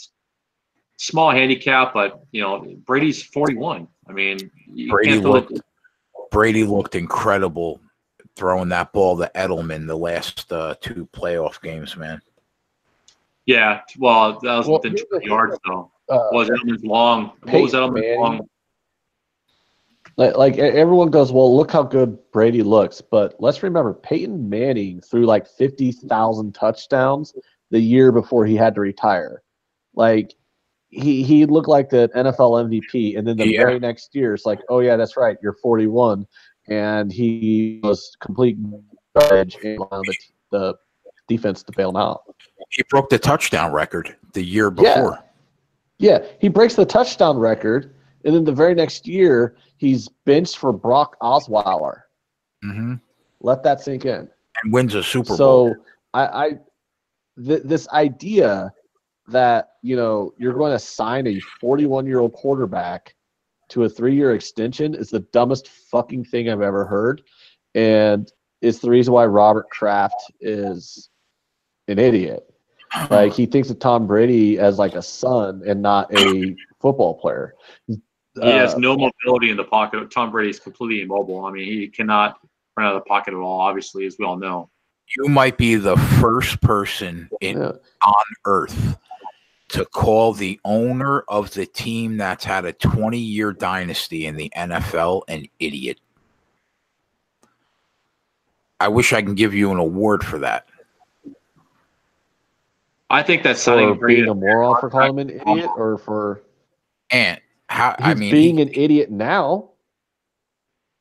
Yeah, I guess. 1-year deal. Sign another year. I'm not saying he's a lifelong idiot, but he's being an idiot now. He's letting his emotions blind himself. You know what? Though he's letting his affection towards Brady blind himself to reality. That 3-year deal is worth it if they make the Super Bowl one out of the next 3 years. If they come right back next year and they're in the Super Bowl, yeah, but bro, everybody slept on them all year. All year. All right. Here, how about you don't think Robert Kraft's an idiot? Okay, why doesn't he have all 5 of his Super Bowl rings? I don't know. Because he gave one of them to Vladimir Putin. Is Vladimir that true? Putin's like, hey, that's a nice ring. And Kraft's like, sure, you can hold it. Yeah. Vladimir true. Putin Part stole of the Russian Robert Kraft's conspiracy Super Bowl for rings. the vote. We all That know is that a Trump true story. and we all know that Trump and Kraft are buddies. Why would he give Vladimir Putin a Super Bowl ring? No. He was in Russia meeting, and he met Vladimir Putin in Russia. I don't know why he met Vladimir Putin in Russia, but it's a famous story. Vladimir Putin saw his ring and said, hey, that's a nice ring. Can I see it? Hey, can I see that Super Bowl ring? That's pretty cool. And so he's like, oh, yeah, sure, Mr. Putin. And he gave Putin the ring to look at. And then he's like, okay, have it back. He was like, have one back. And Putin just put it in his pocket and walked off. Wow. Yeah. Go ahead and Google it. I'm not lying. That's a true story. I remember that. I heard about that. But yeah, that's crazy. You probably got another one made though. I mean, ESPN showing highlights of the Penn State Purdue game. And I said last night on the show, didn't I say that Temple getting 10 points to Houston was too many? What happened? Temple went out, right? No, they lost by 7. God damn it. This fucking college basketball. Instead of taking Temple plus 10, you took Penn State plus 7. Yep. Is this where we feel sorry for ourselves and call yourself a schmuck? And, what a schmuck I am. Up 65 units in football. Yeah, exactly. I would have to we're going to start the package for basketball on Monday.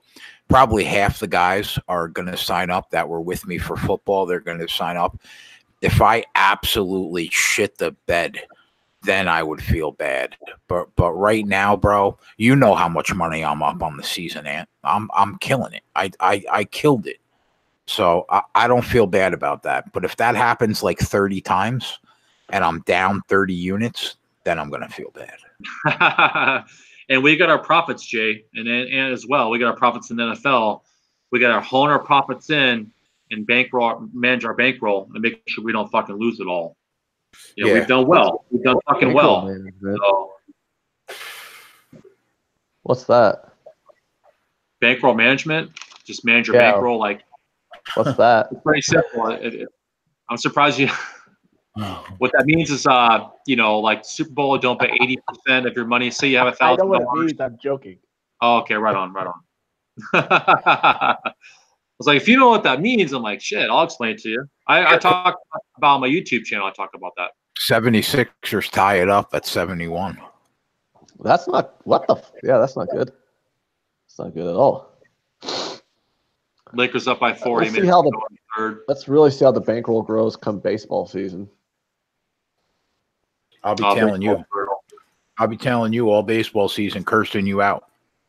Don't you dare tell me during baseball season. You're like the biggest baseball mush in the history of mushdom. I'll tell you this. Every single first 5 team total that you bet on this year, I'll have my money on. I'll have my money on. Yeah, those are pretty soft. That's a soft market. Yeah, first 5 team totals. Baseball is the way to go. There's all kinds of ways to go with baseball. Baseball is probably easily the most profitable sport to bet on. Problem with baseball, it's every day, every single day. There's 15 games, 12 games. On Thursday, there might be 10, 8 games, whatnot.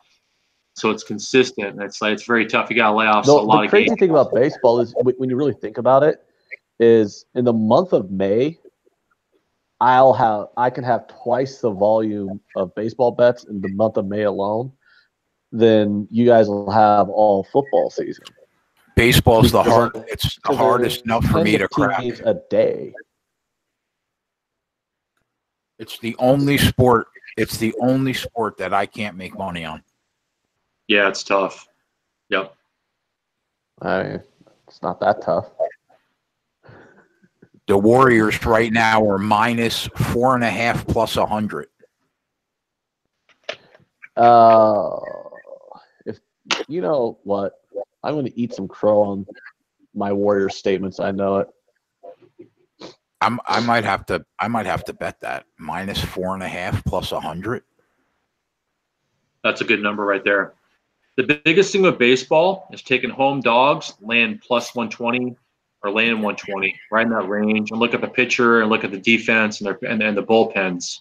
That's the biggest thing of baseball. I've done a lot of research on baseball, cap and baseball, and this year I'm looking to fucking do better. I've done a lot of research on professional touts, cap and baseball, and it's the hardest sport that I've seen for professionals to make money at. It's like you make money at, but it's hard for people that are selling picks to make money in that sport. That's probably most all touts' weakest sport is probably baseball. Yeah, and take days off. Most of the guys I know that are real strong in baseball. It's just yeah, I don't know. It's just win the World Series 5-1 2 years ago. I had a ticket. It's on my Twitter. 5-1 to win the World Series. Probably the best sport to make money at. I know you're a Cubs fan, so I had the Cubs win the World Series 2 years ago, 5-1. They won, didn't they? Win 2 years ago? Yeah. Yes, they did. Yeah. Game 7 shit. Oh yeah. My buddy here in San Diego is a big Cubs fan, man. We're at his house and I had my ticket in my hand. That offshore ticket. And that was the shit, man. We hit that, yeah. 5-1. The Sixers have the lead in this game, dude. Yeah, they're up 2. This is ridiculous. The Warriors didn't come out and play. I bet the Warriors. On the Warriors right now, minus 2.5. We're getting good value. I'm in on. I just bet them. Minus 2.5, minus 120. Yep, it's good value right there.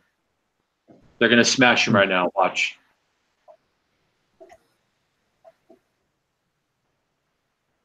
The Lakers are pulling away though a bit. Lakers second half. Lakers in game. Curry is a fucking beast. 1.5 and 2.5. Oh, Curry's a shit. He's making kids shoot threes now in the parking lots and all over the world.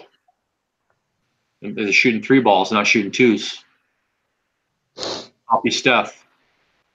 You know, they should probably just get rid of the 3 then. I mean, is it really that much harder? I mean, like, nobody can hit a mid-range jump shot, but everyone can hit a 3, so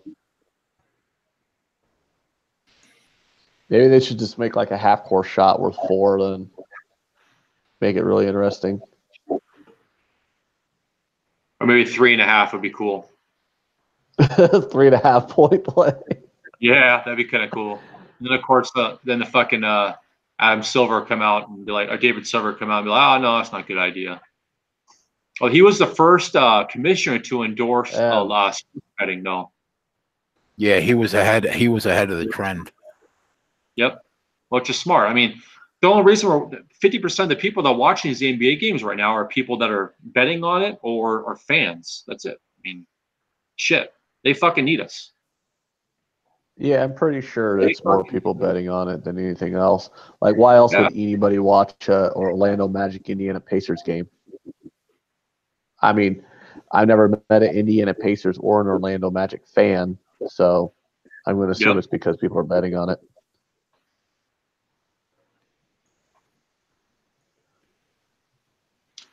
We're all going out to Vegas for March Madness. This third quarter is a disaster for the Warriors. I should have took them. I should have took those first half lines instead. I'm an idiot. But that's what I do.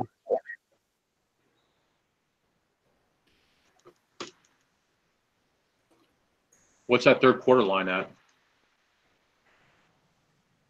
Well, the Sixers are up by like 7 now. The Sixers are just crushing them. Warriors are minus 3, minus 120. Oh, 87-80. Yep. They're Are the plus Warriors 100. still a favorite? Yeah, -1.5. How much respect There's is so many that? times That where they're down by like, 7 and they're still a favorite? yeah, because they're going to cover. That's They'll pretty fucking funny. Boogie, Steph, Durant, they're all resting right now. When they go into the end of the third quarter, they're all resting right now probably. And they'll come out fourth quarter, come out stomping. Lakers up 10. Yeah, we're good. We're good on that so far.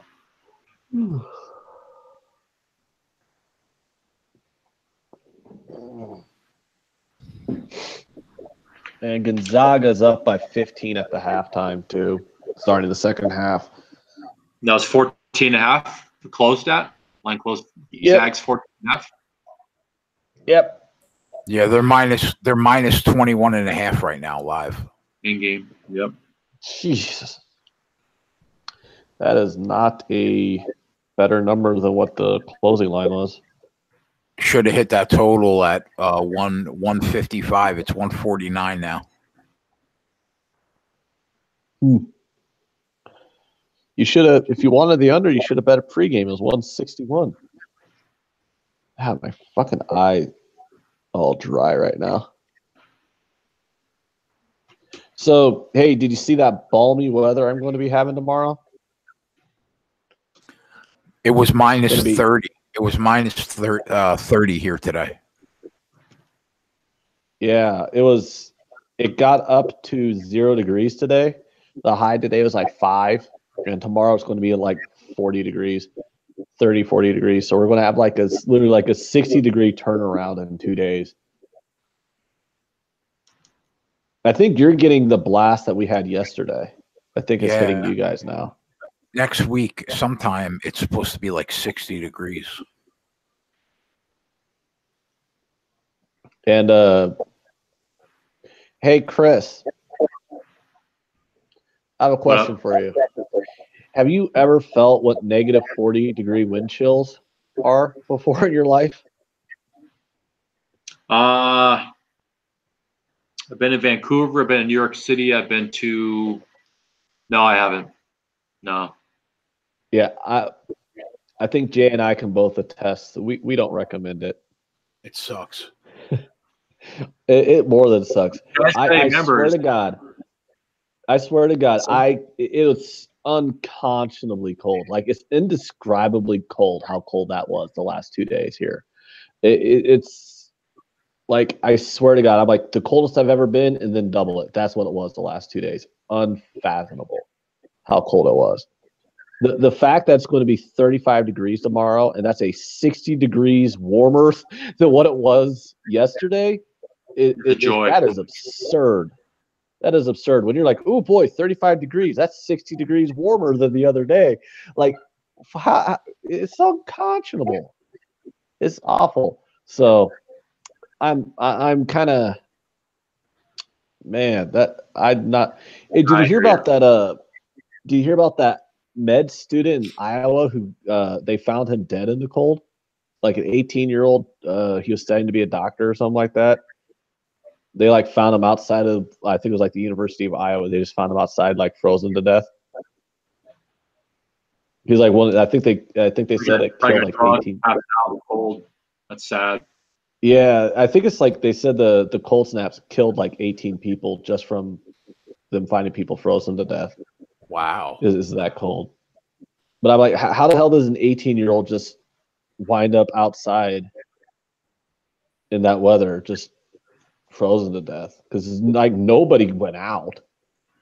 Like no one was going out. No one was out and about. It was so damn cold. Like the trucks weren't even running. Just remember this: like trade the cold for more expensive gas, rent, electricity, fucking. To run the goddamn gas here in San Diego is motherfucking expensive. Everything's expensive in San Diego. Everything. Rent, gas, utilities, everything's more. So. Do you hold on? There's somebody in the chat. I work 10 hours every day. I work 10 hours every single day. My business. Somebody, Scorpio 76 wants to know: do you think my Spurs have a chance this year? San Antonio Spurs? No. The Spurs have a chance at what? Not even the 8th seed. a chance at getting the 8th seed and getting swept in the first round, maybe. Yeah. We love Popovich, but the Spurs, no. I mean, they traded their best player last year to Toronto.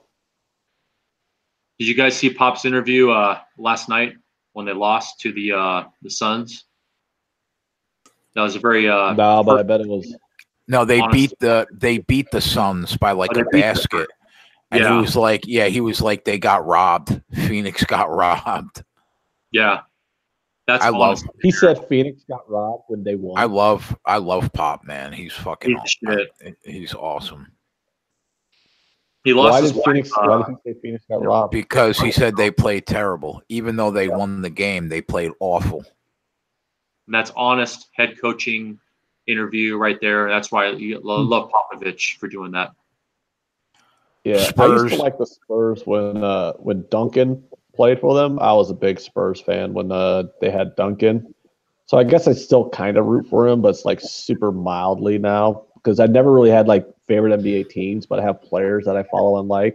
So I followed Duncan when he played for Wake Forest. So I just went on and followed him when he played for the Spurs. So I always liked LeBron too, but not now that he went to the Lakers. I'm over that. Yeah, Duncan did 20 years, never got in trouble off the field, off the court. You know, solid. Spurs are on. They're on a 9-game family. Tim Duncan. They're on a 9-game winning streak, and they have they just moved to the 5 seed. I tell you what, guys, so hard to get past Golden if the State, Lakers, yeah, big time. If the Lakers cover this second half spread, I'm going to have to thank you guys because it essentially paid for me shitting the bed with this Warriors play. How the hell did the Warriors get outscored by 14 in the third quarter? You bet them on third quarter? I don't have them third quarter. I have them minus 7.5 on the game, and they're up by 7 at halftime. And what do? Now they're down by 7. Like they've been outscored by 14 points in this fourth quarter. There's 16 points now. Like what the hell? They've given up 40 to the fucking Sixers in this quarter. Yeah, not down by 7 right now. A minute to go in the third. Usually the Warriors come out in the fourth quarter, come out on fire and get the job done. But the Sixers are a good basketball team, as we all know. So, remember that movie, The Warriors? The dude clinking the bottles. Warriors, come out and play! You remember that? No. Come on, Chris. What movie was that? How the hell did I not know that reference? Sounds familiar. Jay, go on your. It was the movie The Warriors. Oh yeah. From like the 1970s or 80s. Yeah, I remember that movie. Yeah, it was like those corny ass gangs that would never exist in real life. It was like these corny ass gangs in New York, and the Warriors had to like cross like 5 different gangs' territories to get to their home territory. And then that like member of that other rival gang, he had like these bottles on his fingers, and he's clinking them together, taunting them, and he's going, "Warriors, come out and play!" And he's going ding, ding, ding with the bottles. That's like a gift. Yeah, it's funny because if you type that into like the gift search, there's like gifs of that. So if you like just type in "Warriors come out and play," you'll get a gif of that, and I'll use that gif like whenever I'm like tweeting out about the Warriors or commenting on the Warriors needing to play or whatever. So that's why it's just reminding me. I'm like thinking the Warriors need to come out and play right now in this fourth quarter. So I'm thinking of that guy clinking them bottles from that fucking movie that I saw 20 years ago.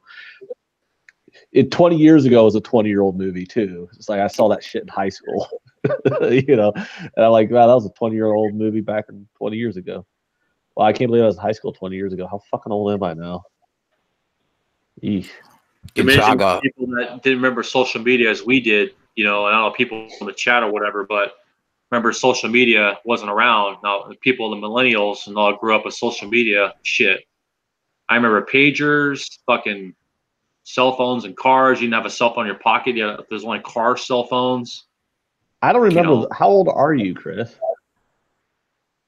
Early 40s. Oh, well, you are older than me then. No, I'm like 34. I'm technically a millennial. I'm 34. But no, I tell my nephew, he's in high school, you know, so he's got like porn on his phone and everything now. My sister doesn't believe that, but I'm like, no, he watches porn on his phone. I'm like, you know, back in my day, kid, when I was your age, I had to log on to dial up 28 gigs a second or whatever, 28 gigs a minute. I had to log on to dial up and have JPEGs that took like 3 minutes to load the freaking picture just to a freaking picture. I mean, and you got like HD and you got like instantaneous HD videos on your phone. I'm like, these freaking 15-year-olds these days have no idea how good they have it when it comes to their access to porn. I'm like, I can't imagine watching. I was like, oh no, that's I don't know, whatever. But well, I mean, I assume that's what he's doing. I mean, I'm pretty sure he's not taking a shit for 30 minutes in my bathroom. So I just assume that's what he's doing. That's crazy. Too much information. Hey, that's a long shit you're taking in that bathroom. What the fuck you doing on your phone? Oh, I did that all. I freaking no, I just leave that kid alone. He stayed with me like last year. He stayed with me for like an entire month during the summer. Like we went to a baseball game. It was really weird. Like I didn't mean for him to stay with me for a month, but I took him to the baseball game, and it was like 11:30 when I got out, and I didn't want to drive him all the way back to his house. So I'm like, oh, you'll just stay. Why don't you just stay the night? He's like, okay, because I have a spare bedroom. And then it was like a month later, my sister calls me. She's like, am I ever going to see my son again? And I'm like, oh, yeah, I guess you might want him back, huh? When does he start school? So I just shipped him back. But no, he like disappeared into the bathroom for like 30 minutes at a time. And I didn't bother the kid. I knew what he was doing. I'm like, I'm not bothering that kid. So I didn't knock on the door, nothing. That's rude. But yeah. No, I just like walked by, like, oh, that kid's taking a long time in there. It was like 14. He's probably doing that like 15 times a day. And Hawaii's playing right now. Fuck you, dude. How many times you gotta bring that up? Off the midnight tip off on the East Coast. You on the Warriors or what?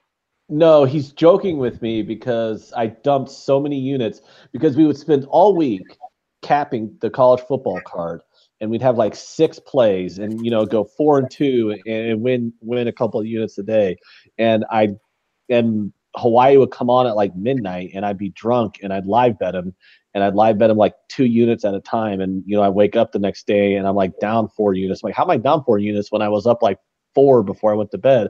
And then I look at my bet history. Yeah, I look at my bet history and I was live betting Hawaii games. And that happened like 5 times last year. And then you remember, right? Then you remember live betting. Yeah, only when you look back.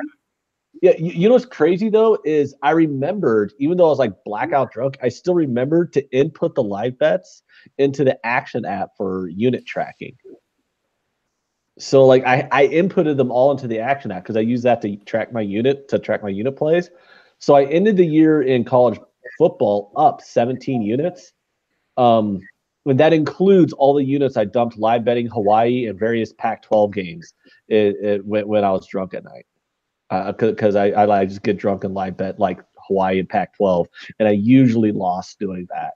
And so even after that, I was still up 17 units on the college football season. So I'm like, all right, if I could just control my drunken live betting urges at midnight, maybe I'll be up. But how about this? How about the West Coast stop having games on so late? So all of us people who are in a regular time zone aren't getting drunk at 11:30 at night live betting the first quarter of USC UCLA. Yeah. I won't be surprised if Hawaii starts tipping off basketball games when sports betting becomes more legalized as it is now, maybe like 3 p.m., 2 p.m., to market to people who are betting, but people are still going to bet on it anyways. 9 p.m. tip off on West Coast, midnight on East Coast in Hawaii. So Hawaii's even 9 p.m. Hawaii comes on even late for you guys, doesn't it then? Yeah, 9 p.m. Yep. Jesus. Oh, Gonzaga. So I guess Sports Rage is props out here. Gabe's props, Gabe Morency's props, and he's on Brady completions. Go ahead, Jay. What are you gonna say? Go ahead, Ant. What are you gonna say? No, I was just looking at the Gonzaga score. It looks like BYU's hanging with them in the second half, but they're still down by like 16. Lakers are pulling away. That's good. That'll bring me back the unit I'm going to lose on the Warriors. I should have just bet the Warriors first half, man. God, congratulations to Armin, right? Armin had the Warriors first half. Yeah. Man, that's a good bet right there. Warriors first half. That's good right there. I missed on that one. Well, that's a good one right there. The first third quarter in 2 years, the Warriors shit the bed is. Well, I mean, I've been betting the Warriors like nonstop for like the last 2 weeks, so I mean, I guess I was bound to lose eventually on them. This will be the first time I've lost on them since I've been on their train, so it happens. Oh man! So you want to hear some bullshit? Do you want me to complain about the government for a minute here? Do it up. Sure. So. No, this is making me mad because it's affecting two things that are near and dear to me. You know how I love my local breweries, right? So the Nebraska legislature is putting forth a bill to up the taxes on beer. And this bill will basically give Nebraska the highest beer tax in the country and essentially shut down job growth among the local breweries. But they're claiming it's necessary for property taxes. So I'm like, wait a minute. So do I want to pay more in taxes on my beer or do I want to pay more in property taxes? Because my property taxes just went up. Like I'm like super pissed because my mortgage payment, because my property taxes go into my mortgage payment. My mortgage payment went up $100 this almost every month. Yeah, my property. Well, it's that fucking county assessor. Here in California, fuck, bro. Yeah, that fucking bitch county assessor. That stupid bitch. They came by. They reassessed the value of my house, and they claimed that my house was worth, an extra $60,000 versus what I paid for it. It probably is. You're not alone. And then my freaking property taxes go way up. So now they're like, and I'm trying to figure out where all this property tax relief is. It's because we voted in that Pete Ricketts, who, a little factoid, is one of the co-owners of the Chicago Cubs. My team right here is also the biggest douchebag governor in the country. My governor. Somehow one of the Ricketts family is also the governor of Nebraska, and that piece of shit, he runs for the governorship going, our property taxes in this state are too high. And everyone's thinking, well, you know what? They own a lot of freaking mansions around Nebraska. I mean, they own the TD Ameritrade building, here in Omaha. I mean, they might want their property taxes to go down. So yeah, we should vote for Pete Ricketts. My property taxes will go down. What happens? Not a fucking thing. Property taxes through the roof, and now they want to raise the taxes on my beer. These of course bitches. It's just taxes never go away. All they do is go up. You know what it is? Nebraska? What? You say you live in Nebraska or Tennessee? Where do you live? Omaha. I live in Omaha. Omaha, right on. This bill, if they pass this bill, it'll give us the highest beer tax in the country for passing Tennessee. So that's my little bitching about beer taxes, property taxes, and Pete Ricketts. Yep. All right. So that's my rant. Go Cornhuskers. Whenever I call Nebraska, it's all about Cornhusker country. Yes. Cornhusker Scott Frost will bring us football schedules, everything. Yep. Our Lord and Savior Scott Frost will bring us a championship at some point, maybe. At least a Big Ten West championship. Oh, I can't tell you how many in the Patriot country in New England that buy Patriot schedules and Bruins and Celtics and Red Sox right now. Fucking Red Sox shirts, Red Sox magnets, the magnetic baseball schedules, everything. Every year. That's why if the Patriots win, I still make money. I still make money on the Patriots. The greatest thing. Patriot shirts, Patriot magnets. Mm-hmm. Schedule comes out in March. Oh, so bringing up the Huskers, you guys want to know two futures I'm going to be on this year? when they drop or when they come out is UCLA and Nebraska both to win their division. It'll be year 2 for Kelly and year 2 for Frost, and I think both of them are going to be really, really live to win the division. So whatever the price is, if you're getting like an even money type price, I would take that because I think those will both be real solid bets. I'll give them out once the futures come down, but I think Nebraska to win the Big Ten West next year, and Scott Frost year 2. Adrian Martinez is going to be a sophomore. That offense is going to be clicking because you saw a lot of the signs the last half of the season. Nebraska was really clicking in the last half of the season. I think there's been a lot of improvement there, and you can see the improvement too with Chip Kelly and UCLA. I think UCLA's. I think UCLA is going to be a great bet to win the Pac-12 South too. I think those two futures there. Nebraska to win the Big 12, or Nebraska to win the Big 10 West, and UCLA to win the Pac-12 South. I think at worst you go 1-1. Do you have any opinion on that, Jay? I don't like UCLA, but you're gonna bet Nebraska to win. Off going what 4 and 8? When Nebraska won this year, they went 4 and 8. Riley's still the head coach. Started out 1 and 6. No, Riley got fired last year, correct? That's a big conference, and to bet them to win the conference. No, bet them to win the division. Oh, Mike Riley's still the head coach for the Cornhuskers? Fuck no. Scott Frost. He got fired previous year, right? Yeah, previous year. Yeah, Scott Frost was the head coach this year. Riley got fired in 2017. Yeah, Riley's fired. So they'll no, I think it's not to win the conference. It's both those are to win their divisions. UCLA to win the Pac-12 South and Nebraska to win the Big Ten West. I wouldn't take Nebraska to win the conference because they still have to play either Michigan or Ohio State or Penn State. But the Big Ten West is going to be really down. Wisconsin was already down this year. I mean, it's already a down year already, and Wisconsin's not looking like they're going to be that much better.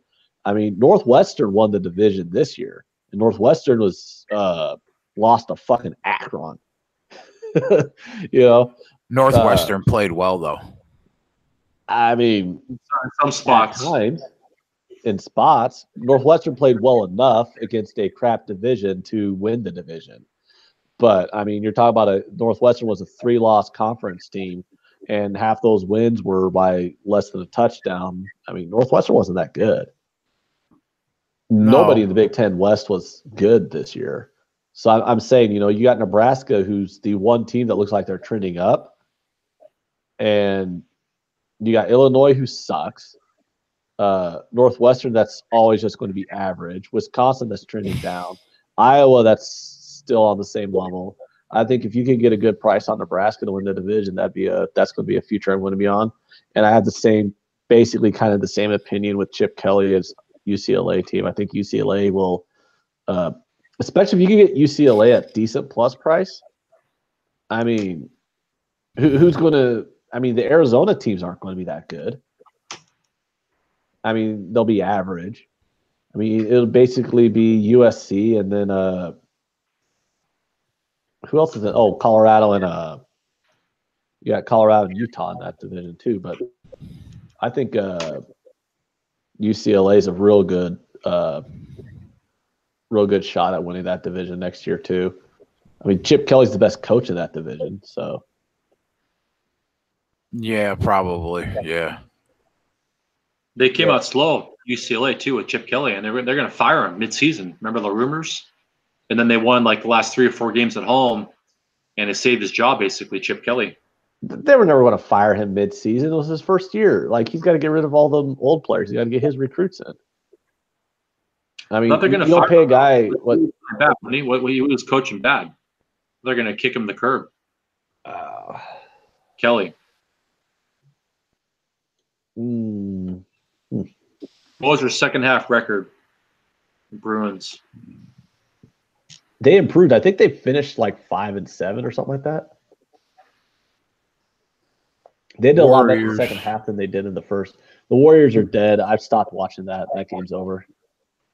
Even if they come back and win, they ain't coming back and covering. Fuck the Warriors. But thanks for getting me on the Lakers because the Lakers are pulling away. That looks like it's a winner. That'll offset the damages from the Warriors.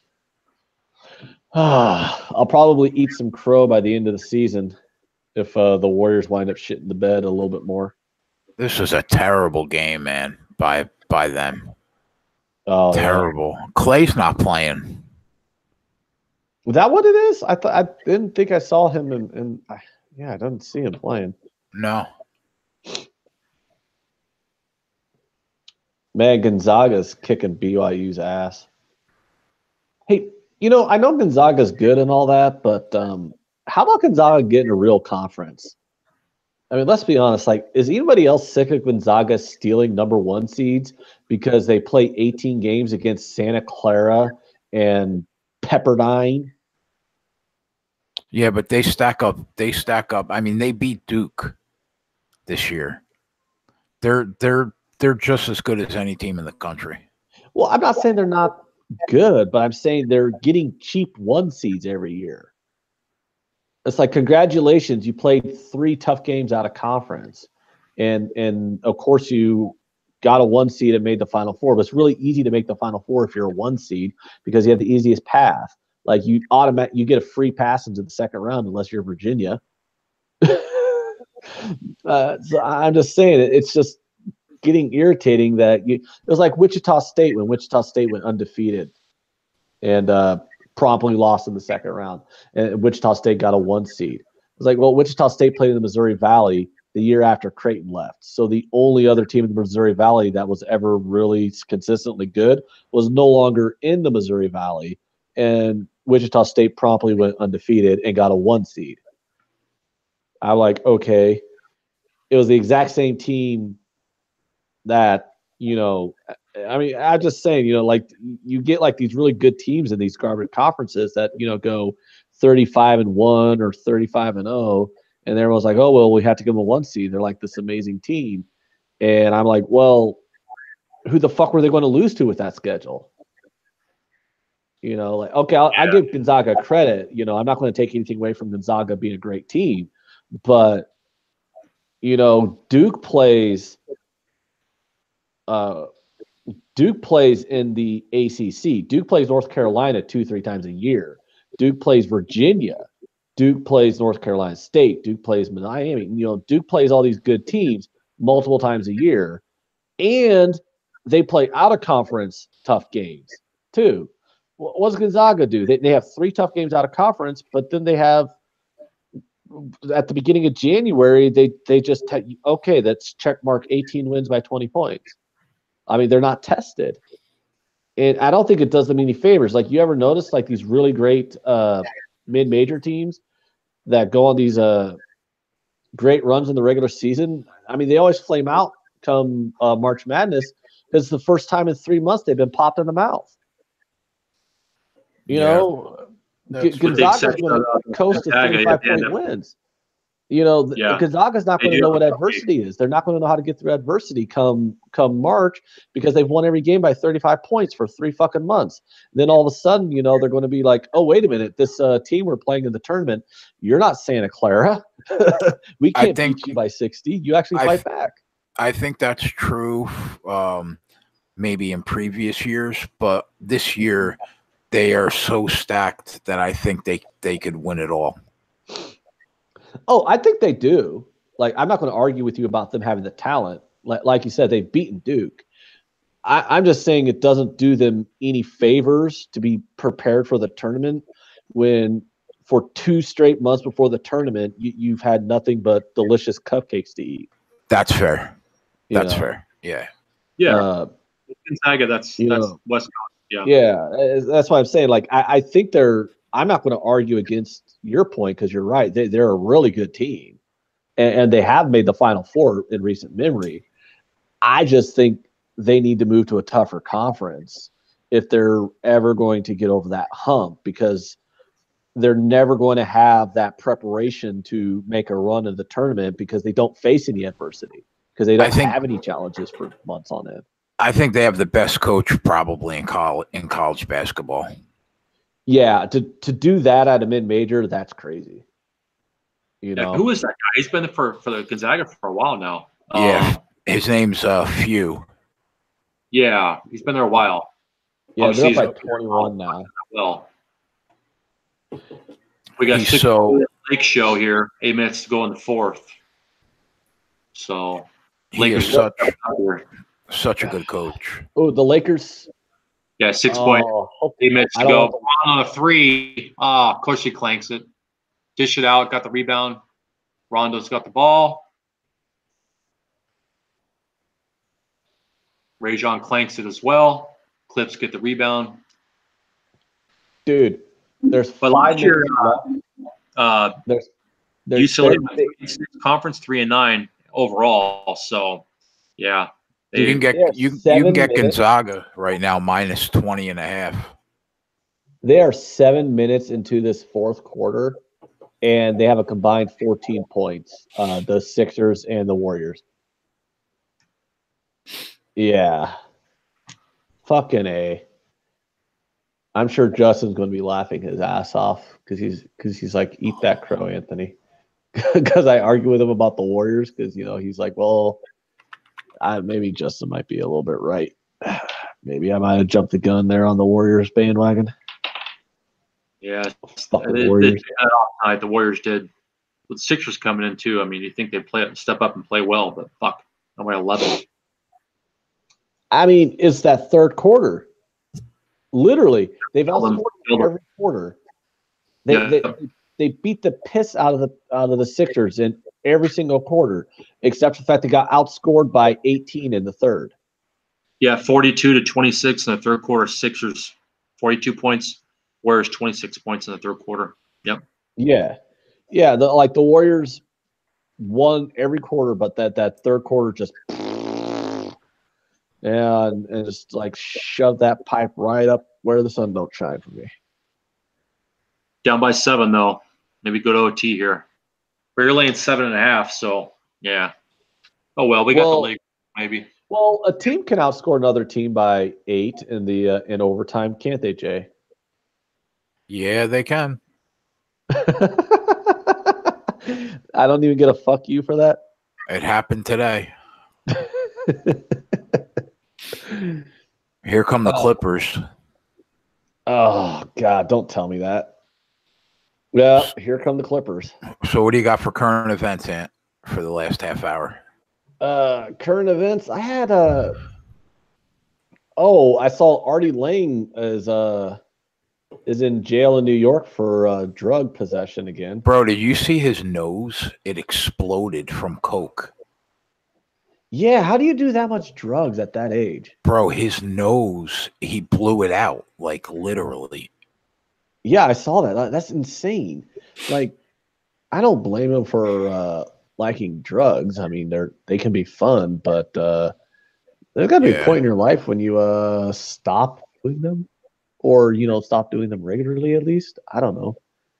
At what point are you, when you're in your mid-50s and you're just doing rails like every other day, do you stop and think to yourself, you know what, is this really what a 55-year-old should be doing?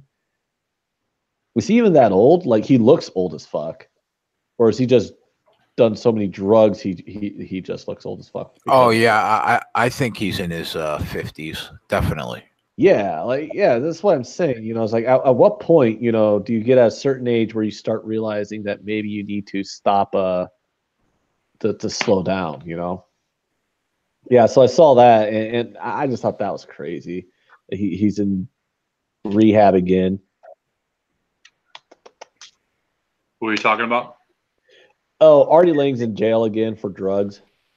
Oh, Artie. Oh, yeah, big tease. It's probably the 10th time. Rehab. He had a hot girlfriend too, bro, for a while, but I think she left him. Well, she probably realized he wasn't rich. That's why he's back. I wasn't with him for his charming personality. He was Howard Stern's so good sidekick for like 8 years, and now Stern doesn't want anything to do with him.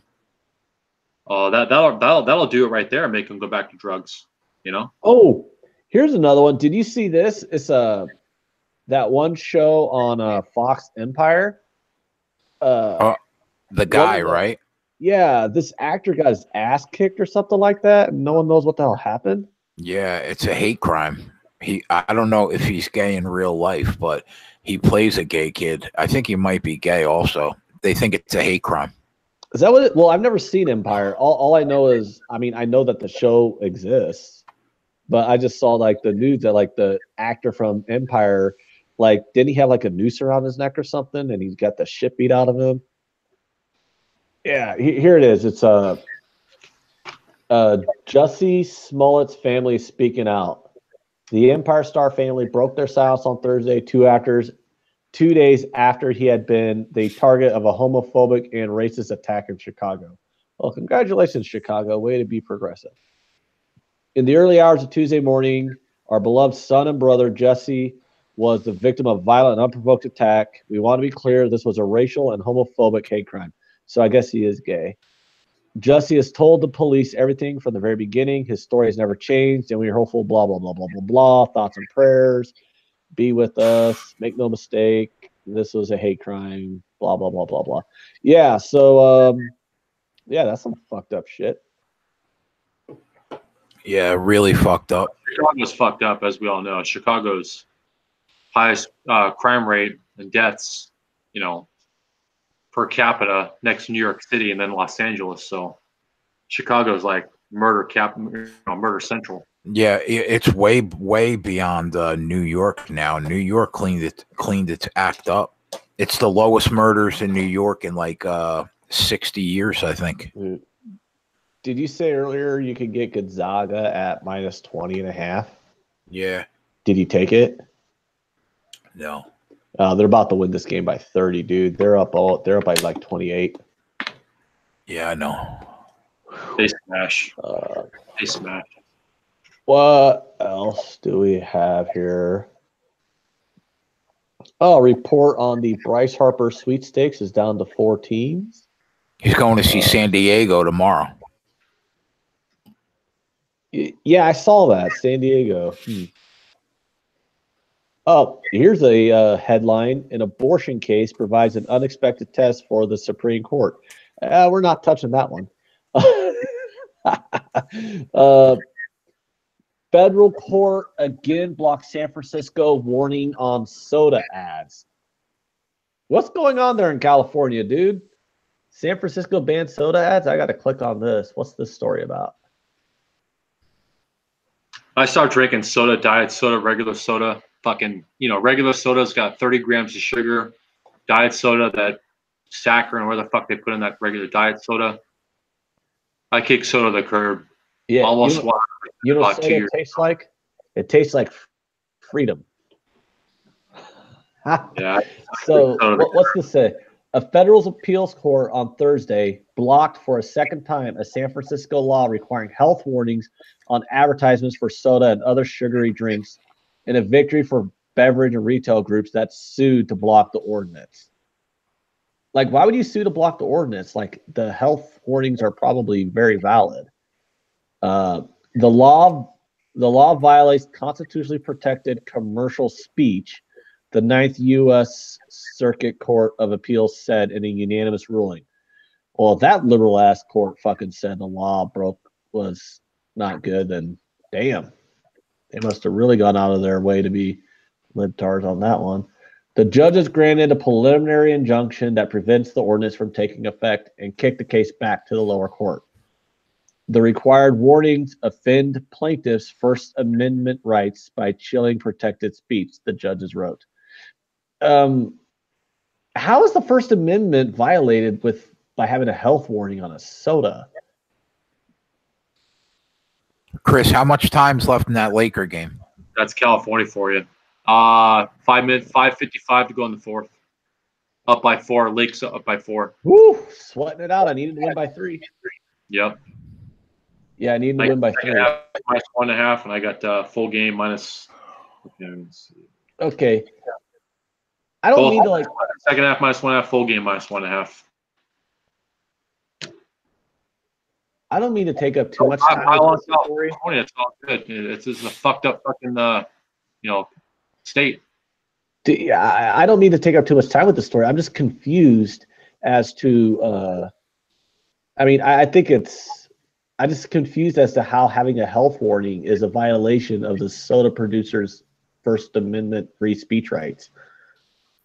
Maybe I should read the article. Well, I'm going to read the article a little bit more. I'll read it quietly, and I'll let you guys know if they explain it or not. Let's see if Broncos step up right now. He's in the game, down by 2. Oh shit, that was a foul. Kuzma should have got a 3-point, three free throws right there. Jesus Christ. I don't know if you guys are watching that right there. That was a bullshit fucking call. He didn't get that call. Foul on the 3-point. Didn't get it. I don't have that game. Oh, I get it. I see what's going on. 2-point game. Yep, 2 points. These judges got bought off by the sugar industry. Oh, big time. That's the only thing.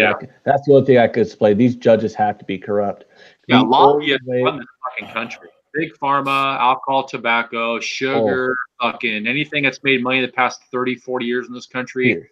They have so much money to buy out lobbyists and pay politicians in the back pocket.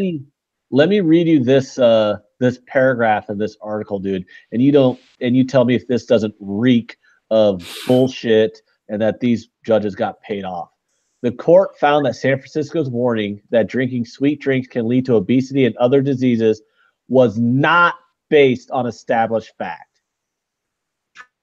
The ruling cited Food and Drug Administration statements that sugar is generally recognized as safe when not consumed to excess.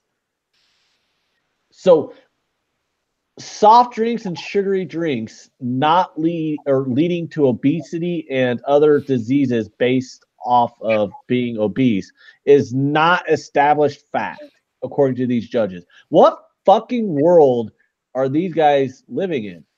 Now, I'm not saying you should have the health warnings. I'm not saying the ordinance is like, I'm not saying that you need to have the health warnings, but they don't harm anything. And the fact that these soda drinkers are going out of their way, this sounds like, remember back when the cigarette companies went out of their way to stop any warning labels on how cigarette cause cancer? This is the new cigarette fight right here. Yep. It's ridiculous. Everyone knows that sugar in the soft drinks is poison because it's not even real sugar. It's high fructose corn syrup. That's fucking poison. I was just going to say the high fructose corn syrup is a fucking killer. Been around 25, 30 years. It's cheap sugar. It's the cheapest sugar we find. And if you look at the back of labels when you go grocery shopping, make sure you look HSPS is what I call it. And don't fuck that stuff in. It's bad. That's type 2 diabetes right there. High fructose corn syrup. Yeah, these judges. How the hell did I find this story? You told me to find some current events, Jay. I found some current events. That high fructose this story is right on the front page of MSN. It's worse than sugar. It's cheap. That's been around like 20, 30 years. It's cheaper than sugar, so makes them less profit. They put that shit in their high fructose corn syrup, put that in all the products. It's cheaper. It's cheaper than sugar, which is amazing. Poison. We call it profits over people. They don't care about us. No, the federal government care about us. No one cares about us. The Warriors lost to the Sixers for the first time in 10 meetings. Well, poop. How's the Lakers going? Are the Lakers going to bail me out that unit? 105-103. Nail biter. 5 minutes to go in the fourth. Can nobody cover a game anymore? And meanwhile, the game that BYU can stay within the number. Well, they're losing by 30. I had the BYU game on my tablet. The BYU Gonzaga. Yeah, BYU's down by 30. That's cool. Bailout special. I bet the Hawaii game. Oh fuck! Jay is going to comment to me about Hawaii. Football game, the college football game on Saturdays in Hawaii. Jay won't let Hawaii go. I made that comment about overtime. Team scored 9 points in overtime, and Jay's just going to keep talking about Hawaii to me. If the Lakers win, then I'll go 1-2 on the night. So I'll be 7-3 the last 3 days. But that sucks, man. That Penn State game set the tone for today. Well, I'll go 1-1 if the Lakers win. Here's a little headline. Cory Booker tells lawmakers he's running for president and is seeking their support. How many people are going to run for president? What's he going to be, like number 12 on the Democratic side? Yeah, they'll all bail out in about 12 months. But Booker, he's a good dude. He's Cory Booker's a good dude. Oh, don't get me started on politics. Maybe I shouldn't have brought it up if I don't want to get started on politics. Then again, I kind of hate most of them because they're all basically just bought off by corporate interests, whether they're Republican or Democrat. They're all bought off by corporate interests, and it just really fucking irks me that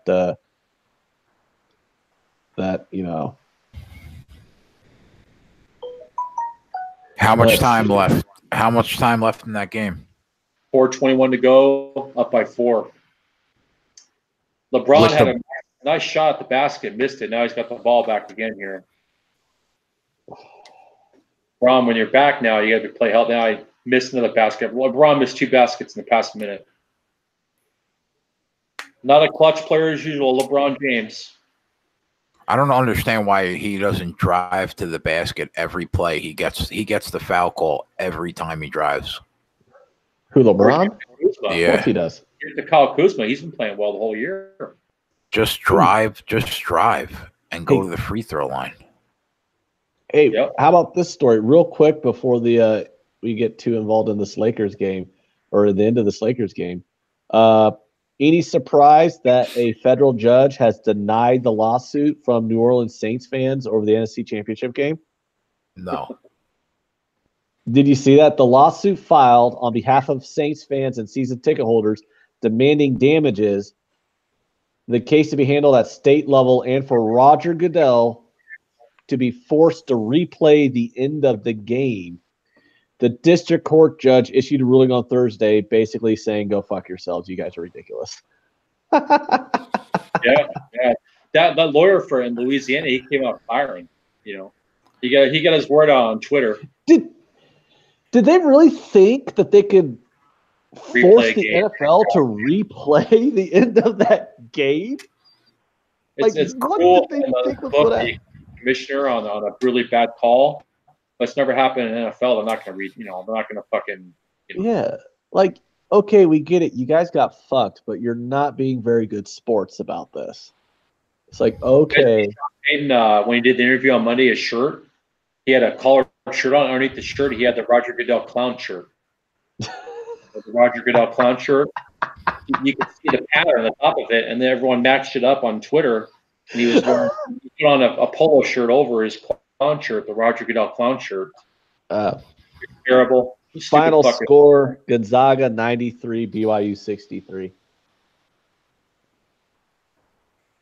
That was an ass kicking.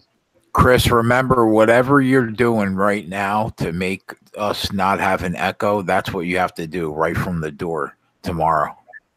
Was it an echo for 2 hours ago, or? No, I'm saying the echo you have no echo right now. It's perfect. So whatever you're doing now, make sure that you do at the start tomorrow night and Saturday and Sunday. You know what I mean? Yeah. So there was an echo the whole time up till no. It's been great for like the last 2.5 hours. Okay, so, yeah. That's because I don't have I got the chat on my other computer right here. I got YouTube. That's it. Just do that right from the beginning. Tomorrow, Saturday, we got the UFC Fight Night 144. Definitely be on for that. Do you have ESPN Plus? Yeah. Yep. I'm gonna tune that. This Saturday night, I'm gonna fucking stay in. I'm not gonna go out and party. I'm gonna rest up for Sunday. It's a big fucking day Sunday, man. Saturday. So the fight's going to be on ESPN Plus. For sure. So What fight's on Saturday night? We're gonna kill it. Yeah, that's going to be awesome. What'd you say, Ant? What fight is on Saturday night? It's Rafael Assunção versus Marlon Moraes. That's the main event. It's not like a big pay-per-view card. It's like the ones that used to be on FS1. Oh, okay. You know what I mean? So it's that, but ESPN. Lakers are up by 8 right now. Let's go, Lake Show. I got 111, 105. How much time left? What do you got over there, Chris? 3 minutes to go. 111, 105.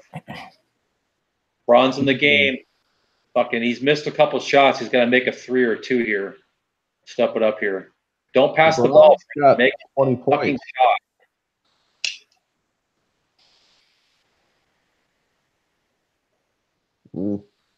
Rondo to the basket. Fucking turnover miss. Hey, since Saints fans sue the NFL, can I sue the Giants for continuing to put Eli Manning out there? The Giants should go after Nick Foles. That'd be a good acquisition. I am not going to disagree with you on that one, Jay. Eli Manning, he should play for the Cardinals. Trade him to Arizona. Eli Manning should, retire. Yeah, he should. He'll get 1 or 2 more years. Someone will trade for him.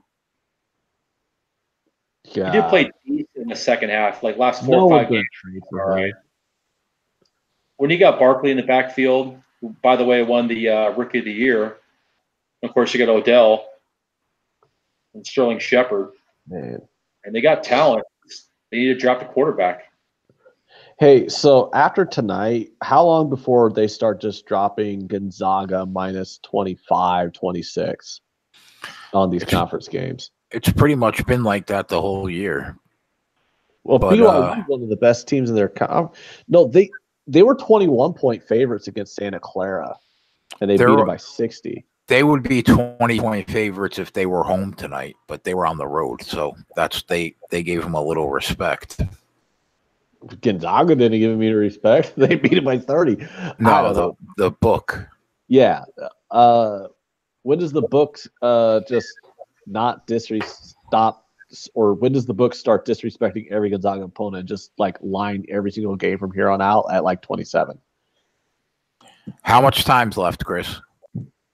We got to control Lou Williams here. He's got an and one. Got the basket and and one, so he's going for 3-point play here, Lou Williams. 112, 107, 143 to go. 112, 109 I got. Yeah, 109. Just it's on TV, so delayed. So I have to sweat this out, huh? Shit out. How much time? LeBron needs to make a fucking shot here. He fucking hasn't made a goddamn shot the past 5 minutes. Step the fuck up, LeBron. God damn it. Make a fucking shot, man. How much time's left? 130. Wow, what a shit fest. 3-point shot. He fucking missed it, and they get the rebound, the Clips. Fucking Jesus Christ. LeBron shoots a 3. Fuck. He fucking sucks. I hate LeBron. I love LeBron, but man, fucking. He just fucking. He doesn't. He always passes the ball in the fourth quarter, as we all know. Oh boy. Who has the ball now? The Clippers or the Lakers got the rebound. Up by 3 minutes to go here, going down the wire here. LeBron's trying to control the players. Well, dude, like, go to the fucking basket. There he goes. I'll shoot the Rondo for 3. Misses it. Clippers get the rebound.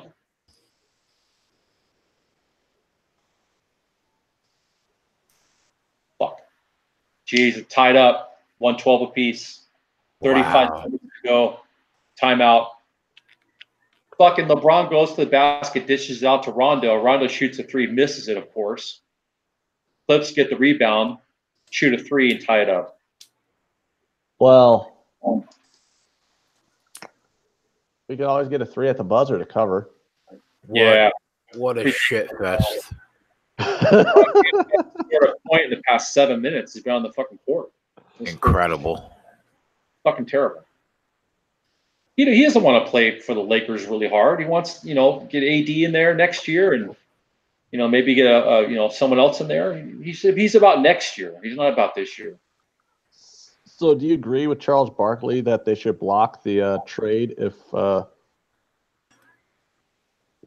the Adam Silver should block any trade of AD to the Clipper or to the Lakers? No, because after the Warriors, it's fair. It's a fair game. Warriors, yeah.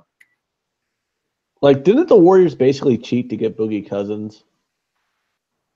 Well, he was unsigned, and he was in Vegas when he got signed. He was with his agent in Vegas, Boogie, and that's when the Warriors picked him up. And that blew up on Twitter. How did they have enough money on the cap to pick him up? Didn't he sign for something way below market value? Oh yeah.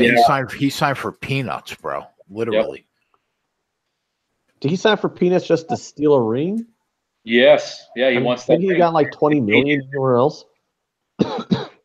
He'll. I think next year he's a free agent, so he'll. As long as he's healthy, this is a rehab year. As long as he's healthy, and he shows his former self at some point in this season, he'll get a big deal somewhere else. Because they have to re-sign Clay, Durant if he wants to stay next year. So there's no way they sign Cousins. Cousins is gone. It's just a matter of where he goes. Yeah. They signed him late for low deal, and now he's chasing the ring like KD did, and now fucking LeBron, not LeBron, but Lakers shoot a three, miss it. Clippers got the rebound. They foul him. Timeout. Tied up. 30 seconds to go. Clippers at the line. Tie game? Yep. 112 apiece. They fouled him. Fucking Jesus Christ. It's going to be another overtime game I get fucked in. Well, if it goes overtime, you get a chance. Third time. Fuck it. Tomorrow night, the Rockets are playing Denver in Denver. The line's 4.5. That'd be a good game. Hey, why does the last minute of every basketball game take 3 hours to play? Because they foul every 5 seconds. Yep. So while we're waiting for them to call all these timeouts, what do you think of the big news today with Porzingis getting traded away to Dallas? Initially, I was sick to my stomach, but then I thought about it. He told them flat out, there's zero chance that I'm re-signing here, so trade me and get whatever you can get from me. I love Dennis Smith as a player, so I like that we got 2 young kids in him and Kevin Knox. We got 2 future first-round draft picks. That's huge. And DeAndre Jordan and who was the other guy we got? Wesley Matthews. They come off the books at the end of this year. So there'll be $75 million in cap space, which means that's enough for 2 max contract guys. Now let's go over the big free agents. Kemba Walker, Kevin Durant, Clay, Kawhi, Kyrie, and I think that's it. You take Kawhi and Kemba Walker. I would take Durant and either of them. You think Durant would go to New York, or you think Durant would stay in Golden State? I think Durant got a couple. I think he got a couple. He got a couple rings, and I think he's thinking about his legacy now. And if he ever went to the Knicks with another guy that signed, like Kawhi or Kyrie, and he somehow brought a championship to New York, he'd be immortalized. And we might have the number 1 pick in the draft, which would be Zion Williamson, RJ Barrett, or probably Ja Morant. So you would have, let's say you have Williamson, Kevin Knox, Dennis Smith Jr. Those are 3 phenomenal young players. We still have Enes Kanter, I don't know what's going to happen if he's going to stay in New York. But then 2 max guys, let's say somehow Durant and like Kawhi or Kyrie or Kemba Walker, we'd be a playoff team next year. But here's the thing. New York has never, ever, ever, ever been able to attract that free agent megastar. Even Carmelo isn't the level of, Durant. And well, at the time, Melo was. No. Kevin Durant's Denver. Because of the owner, Jay, or because the owner of the Knicks was like a piece of shit, and then they had obviously a Phil Jackson. So now that the owner is still the owner, but Phil Jackson's out, so now they can pick up a big free agent. Plenty of caps. We have enough for 2 max contracts. But the thing is, market yourself in New York, make a lot of money. Kevin Durant's universally recognized as the best player in the league that's not LeBron.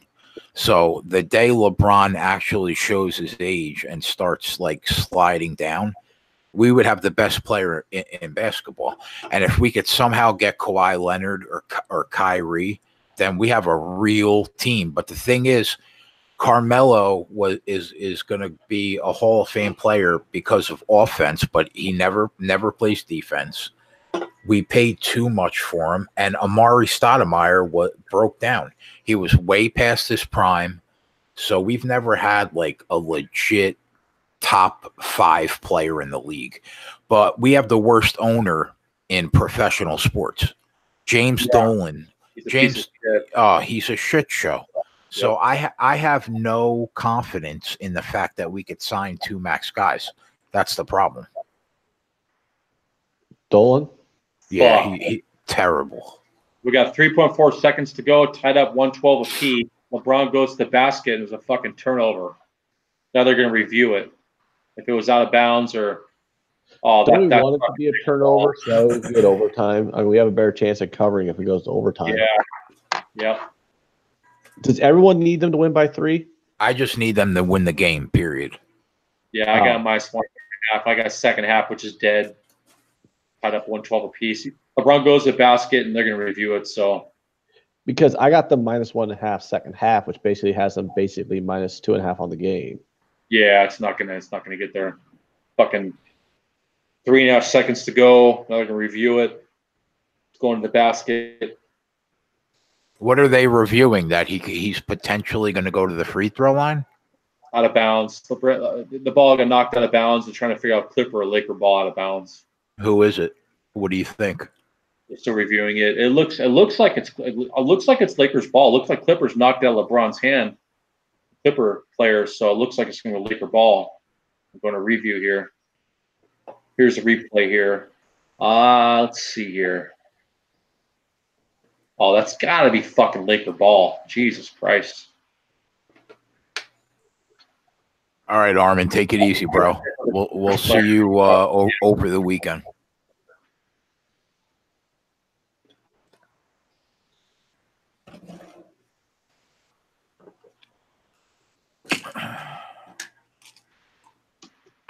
I took a beating today, man. Well, that Warriors game hurt me. I was disappointed in the outcome myself. But if I can get this, game home, this Laker game home, I'll be down like 200 on the day, which isn't bad. I could deal with that. Clipper fucking ball. Yeah, Clipper fucking ball. It's gonna go to OT. 3.7 seconds to go here, so staring down no OT here. Let's get some OT. I need a 3-point win. Where do they get the ball? At half court? OT. Going to OT right now. I wish I can get this game, man. I got him. Great play-by-play guy. I got NBA TV on, but they're not showing anything. I'm surprised they don't put that on the last 30 seconds of this game right here on NBA TV. I'm surprised they don't put that on there. Oh, fuck me. 112 apiece. There's another over. What was the total on that game? Clippers Lakers. I have no idea. Yeah, it's probably like 126, 128, something like that.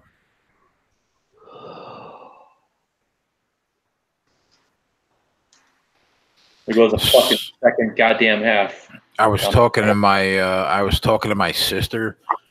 She said that we need to create a Sports Keg Facebook account and a Sports Keg Instagram account. She said that we'll pull more viewers in. Yeah. I'm not a Facebook guy. How many friends are either of you guys on Facebook? No. Yeah. How many friends you got on Facebook, Ant? I have no idea. I don't look. I think like 200 something, maybe. I haven't logged on the Facebook, bro, in probably 5 years. Yeah, you're not missing anything. But I mean, if that's, but you know what'll help Saturday when I'm on Ranieri's show, I'll tell everybody that because he gets like 1,000 views, maybe. I'll tell everybody that we're gonna do a show on the UFC fight night, and then all day Sunday we'll be on from 5 o'clock to the end of the game. And Sunday's gonna be. So check out what Kobe just tweeted out. PSA. Never mind. You guys can. He's like, please do not ask my opinion. We don't want to get into that. Kobe Valentine on fucking Twitter and shit, but talking about us. No, of course, hell no, he ain't fucking doing that shit. Oh. He's just talking about people asking for his opinion and fucking some other bullshit. Oh.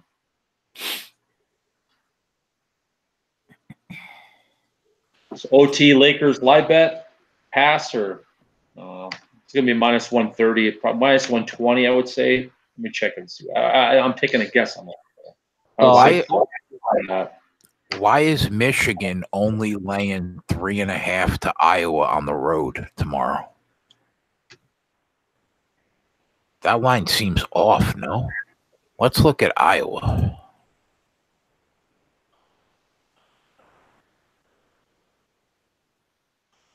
I gotta see what Iowa's doing. That line seems low to me. I just took Lakers in game plus 102. If it takes it live betting, come on, 5 times, take the fucking bet. Fucking. There we go. Come on, Lake Show, get the fucking job done. God damn it! Come on, LeBron, fucking show. There we go. Nice basket, Braun. There you go.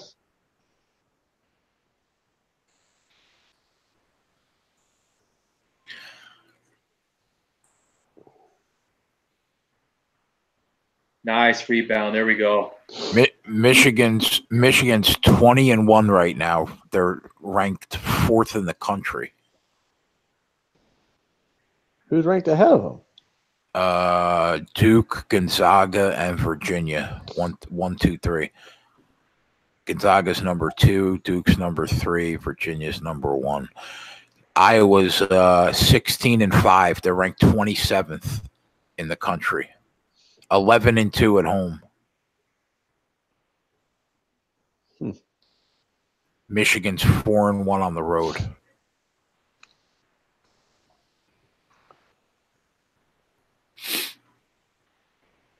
Let's see what else is on the slate. Bet that overnight line. Beat the line before it gets worse by tomorrow.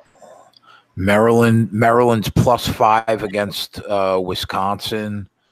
Illinois, Chicago +2 against Wright State. Buffalo, who is just absolutely murking people. They're -7 on the road to Bowling Green. Buffalo's only laying 7 to Bowling Green. Bowling Green's not that good. Yeah. St. Bonnie's is +1 at home against Davidson. That's it. It's a It's a slow card. Typical Friday NCAA basketball card. Yep.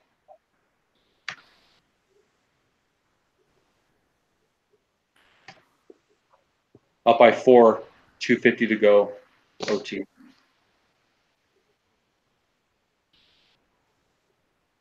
All right, come on, Lake Show. Let's bring this home for Daddy. Ronald hit it 2. Braun hit it 2. No, the Clippers are at the line. What's the score? I'm from 116, 113, 2:52 to go, OT. Second free throw here by the Clips, and he made it. Up by 2. Come on, Lake Show. Come on, guys. Get it done here. We're all sweating this one out like bitches. And I live bet it 2. Lakers again. Funny thing is, it's a Clippers home game, but it's not a Clippers home game. It's a Lakers home game, but, you know, they put the Clippers logo and all that shit out there.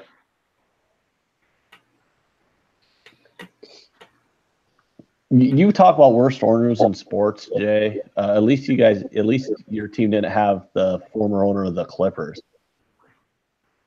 Donald Sterling. Yep. Yeah, that guy. I think that guy might have been a little worse than Dolan. But you know what? As much of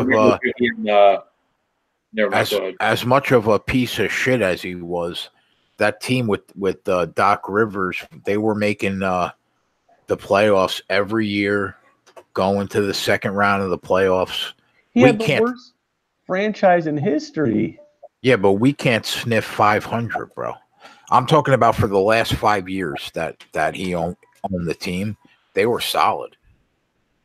I don't think it was that long. He didn't have them that long. How much time's left in the game? 2:20 to go. Up by 4. We got the ball. Turnover by the Clippers. Yeah, Donald Sterling. You know, he had a good team. You know, obviously CP3 and DeAndre Jordan. He had the worst franchise in the league for 30 years, and you guys are going to be like, well, you know, 3 years they had a good team with Blake Griffin and Chris Paul. So yeah, that bad. I understand what you're saying. I'm just talking about the last couple of years.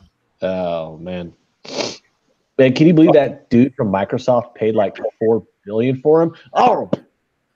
Yeah. Oh, the Lakers are up by 4 now? We're up by 2. You gotta stop Lou Williams. Lou Williams, all you have to stop right now. Lou Williams gets the turnover, goes right to the basket, easy 2 ball. To stop Lou Williams right now. Ooh. 2 minutes to go in OT. Timeout. They should just take away all the timeouts. Let the players play. Yeah, give him 1 timeout in OT. I think they gave him 2. Give him 1 timeout in OT. That's about it. What quarterback passes for the most yards, you think? Brady. Brady prop went from 286 to 299. Went up 13 yards. Tom Brady to pass for more yards is -130. Sounds about right. Yeah, I would say Brady for sure over Goff. Yeah. I mean, that's very solid right there. You know, Goff's going to be nervous. He's going to be nervous. Brady's been there 9 times already, and Goff's never been there. Result of Tom Brady's first pass, completed or incompleted. You know it's going to be a check down at James White. Some little bullshit to get the offense going. Completions -200.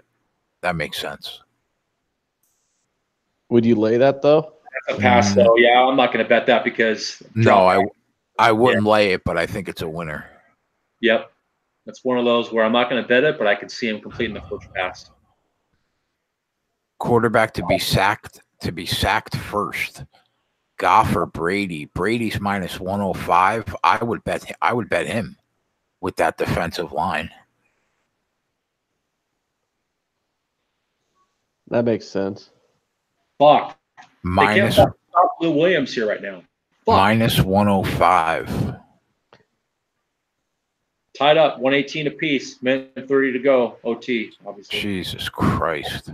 Fucking Lou Williams to the basket the past 2 fucking drives than the Clippers. They don't fucking guard him. They don't block him. This is ridiculous. Will Brady throw a first quarter touchdown? History says no shot in hell. What's the line on that? -200 is no. I would consider laying that though, because of how bad the Patriots have been in the first quarter.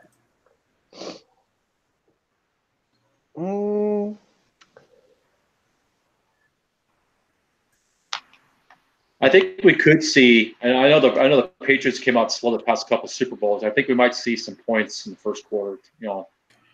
There we go, to the basket and one. Will there be? He's got an and one. Yep, 122 plus the extra. Come on, baby. Will there be a successful fourth down conversion? That's guaranteed. Yeah, that's a good one. That's got to be laying what, -1? Was it even money or -120? -340. Jesus Christ. They just don't want you to bet that. Yeah, they don't want you to bet that because, I mean, how can there not be a fourth down conversion in this game? Why even post that prop? Belichick and McVay, they go for fourth down shorts, of course. Yeah, it's big time. Yep. -340. I bet that opened probably like -200. Will the game ever be tied again after the first score? After the first score? So once it's no longer 0-0, will there be a tie game again? Right. Damn, they just let you bet on everything now. Why can't I find a fucking roughing the passer, though, man? I had that one. I already bet that. +155. I know. I can't find it, Dick. That's what I'm trying to say. I mean, because I'm cooler than you, I guess. Does either team score a touchdown on the opening drive? No is -200. I would bet that, too. Yeah. What was the odds on no? -200. I think there's not a chance in hell either team scores a touchdown in the first possession. I would actually not mind too terribly if our boy Anderson runs for 77 yards, touchdown on the first possession, so I can just get two props out of the way at once. Did you bet him yards? I think actually, let me check. I think I did. I know I bet his carries and his anytime touchdown. I might be all in on Anderson. Also, no touchback and opening kickoff. Usually they run it out. His yards are 41.5. I think that goes over again, just like last weekend when I gave it to you. And you did bet it? Yeah, I think that's another winner. I might have to bet it this week.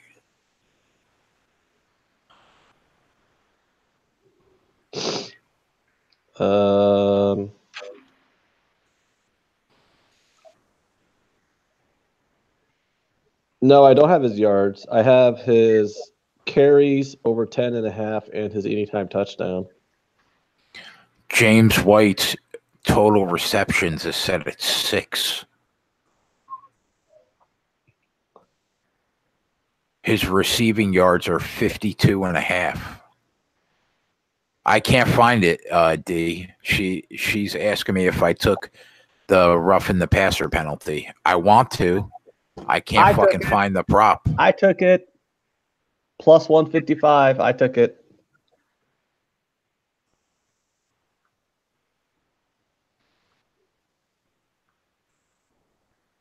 So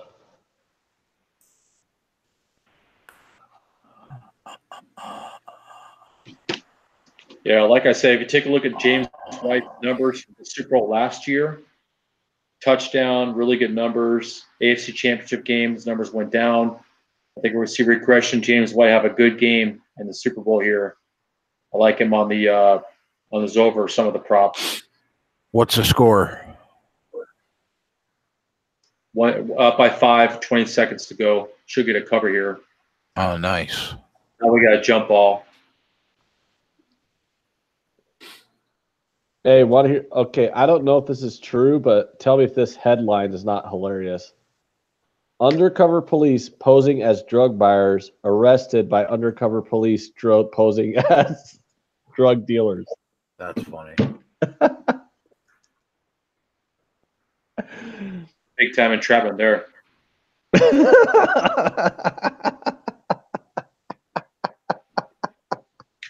I got to read this article. I got to see if this is real or if this is like just some fake news site. I don't know. You on TMZ or some shit like that, or what? No, it's something somebody tweeted. I was getting those stories off like MSN and various other news sites, but this is just something somebody tweeted, so I don't know if it's legitimate. Yeah, a lot of shit on Twitter is fucking, half of it's fucking bullshit. It's disclosed.tv. And listen to this prop that I think I'm going to bet. This is will Sony Michel and CJ Anderson score a touchdown? Plus 400 is yes. So I'm going to go out on a limb here and guess that you are, and the Lakers just got a technical foul. Oh wow, that's not good. Todd Gurley, and James White are also plus 400.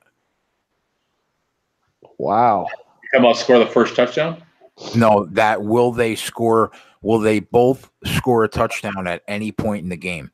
That's plus 400, and Michelle and Anderson is plus 400. I think I have to bet that. I already have them both individually. Yeah. I already bet C.J. Anderson score first touchdown for the Rams and first touchdown of the game.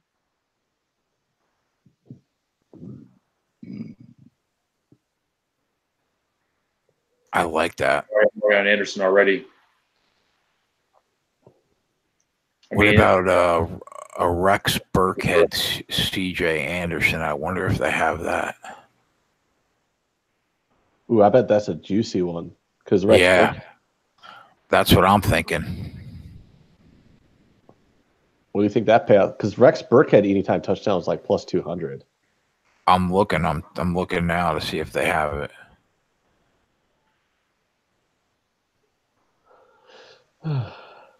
I get conflicted because I love Rex Burkhead so much, but he plays for the evil empire, so I have conflicted feelings every time I see him play. I want to see him do good, but I don't want to see the Patriots win. So it's like, gee.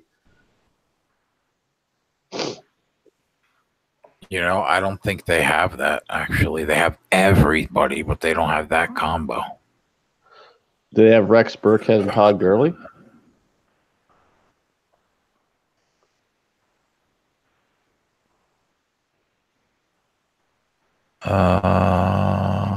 Hey, Chris, what's going on in this game? I still see it like this last 30 seconds has been an hour and a half.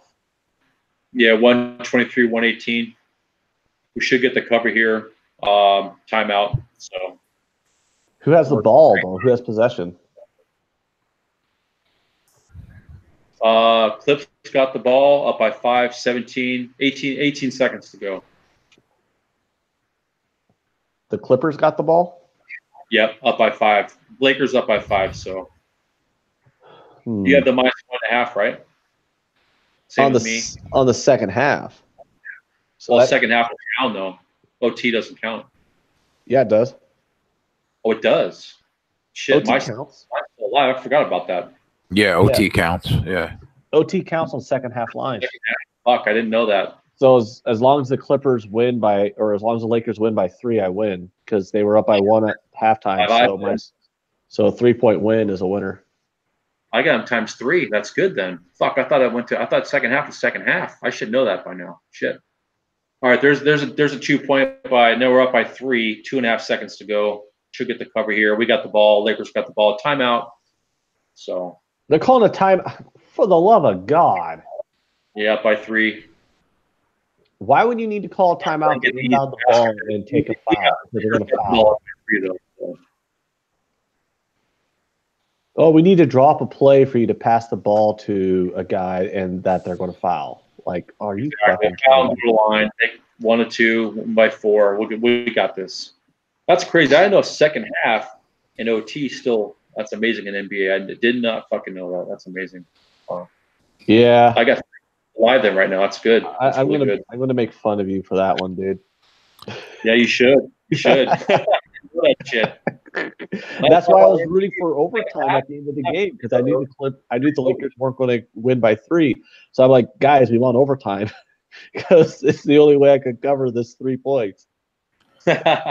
James Did not James White rushing and receiving yards combined is 66. That seems low. Yeah, that should get It over does. that. He should have. I mean, his receiving yards should be like 50. It is. Breaks off like 3 runs. 52 and a half are his receiving yards. Well, why is he even a running back? Why don't they just call him a slot receiver and be done with it? His longest reception is over under 16 and a half. Oh, that James sounds like an injury to me. Championship game 2 weeks ago, he had 72 yards total, rushing and receiving.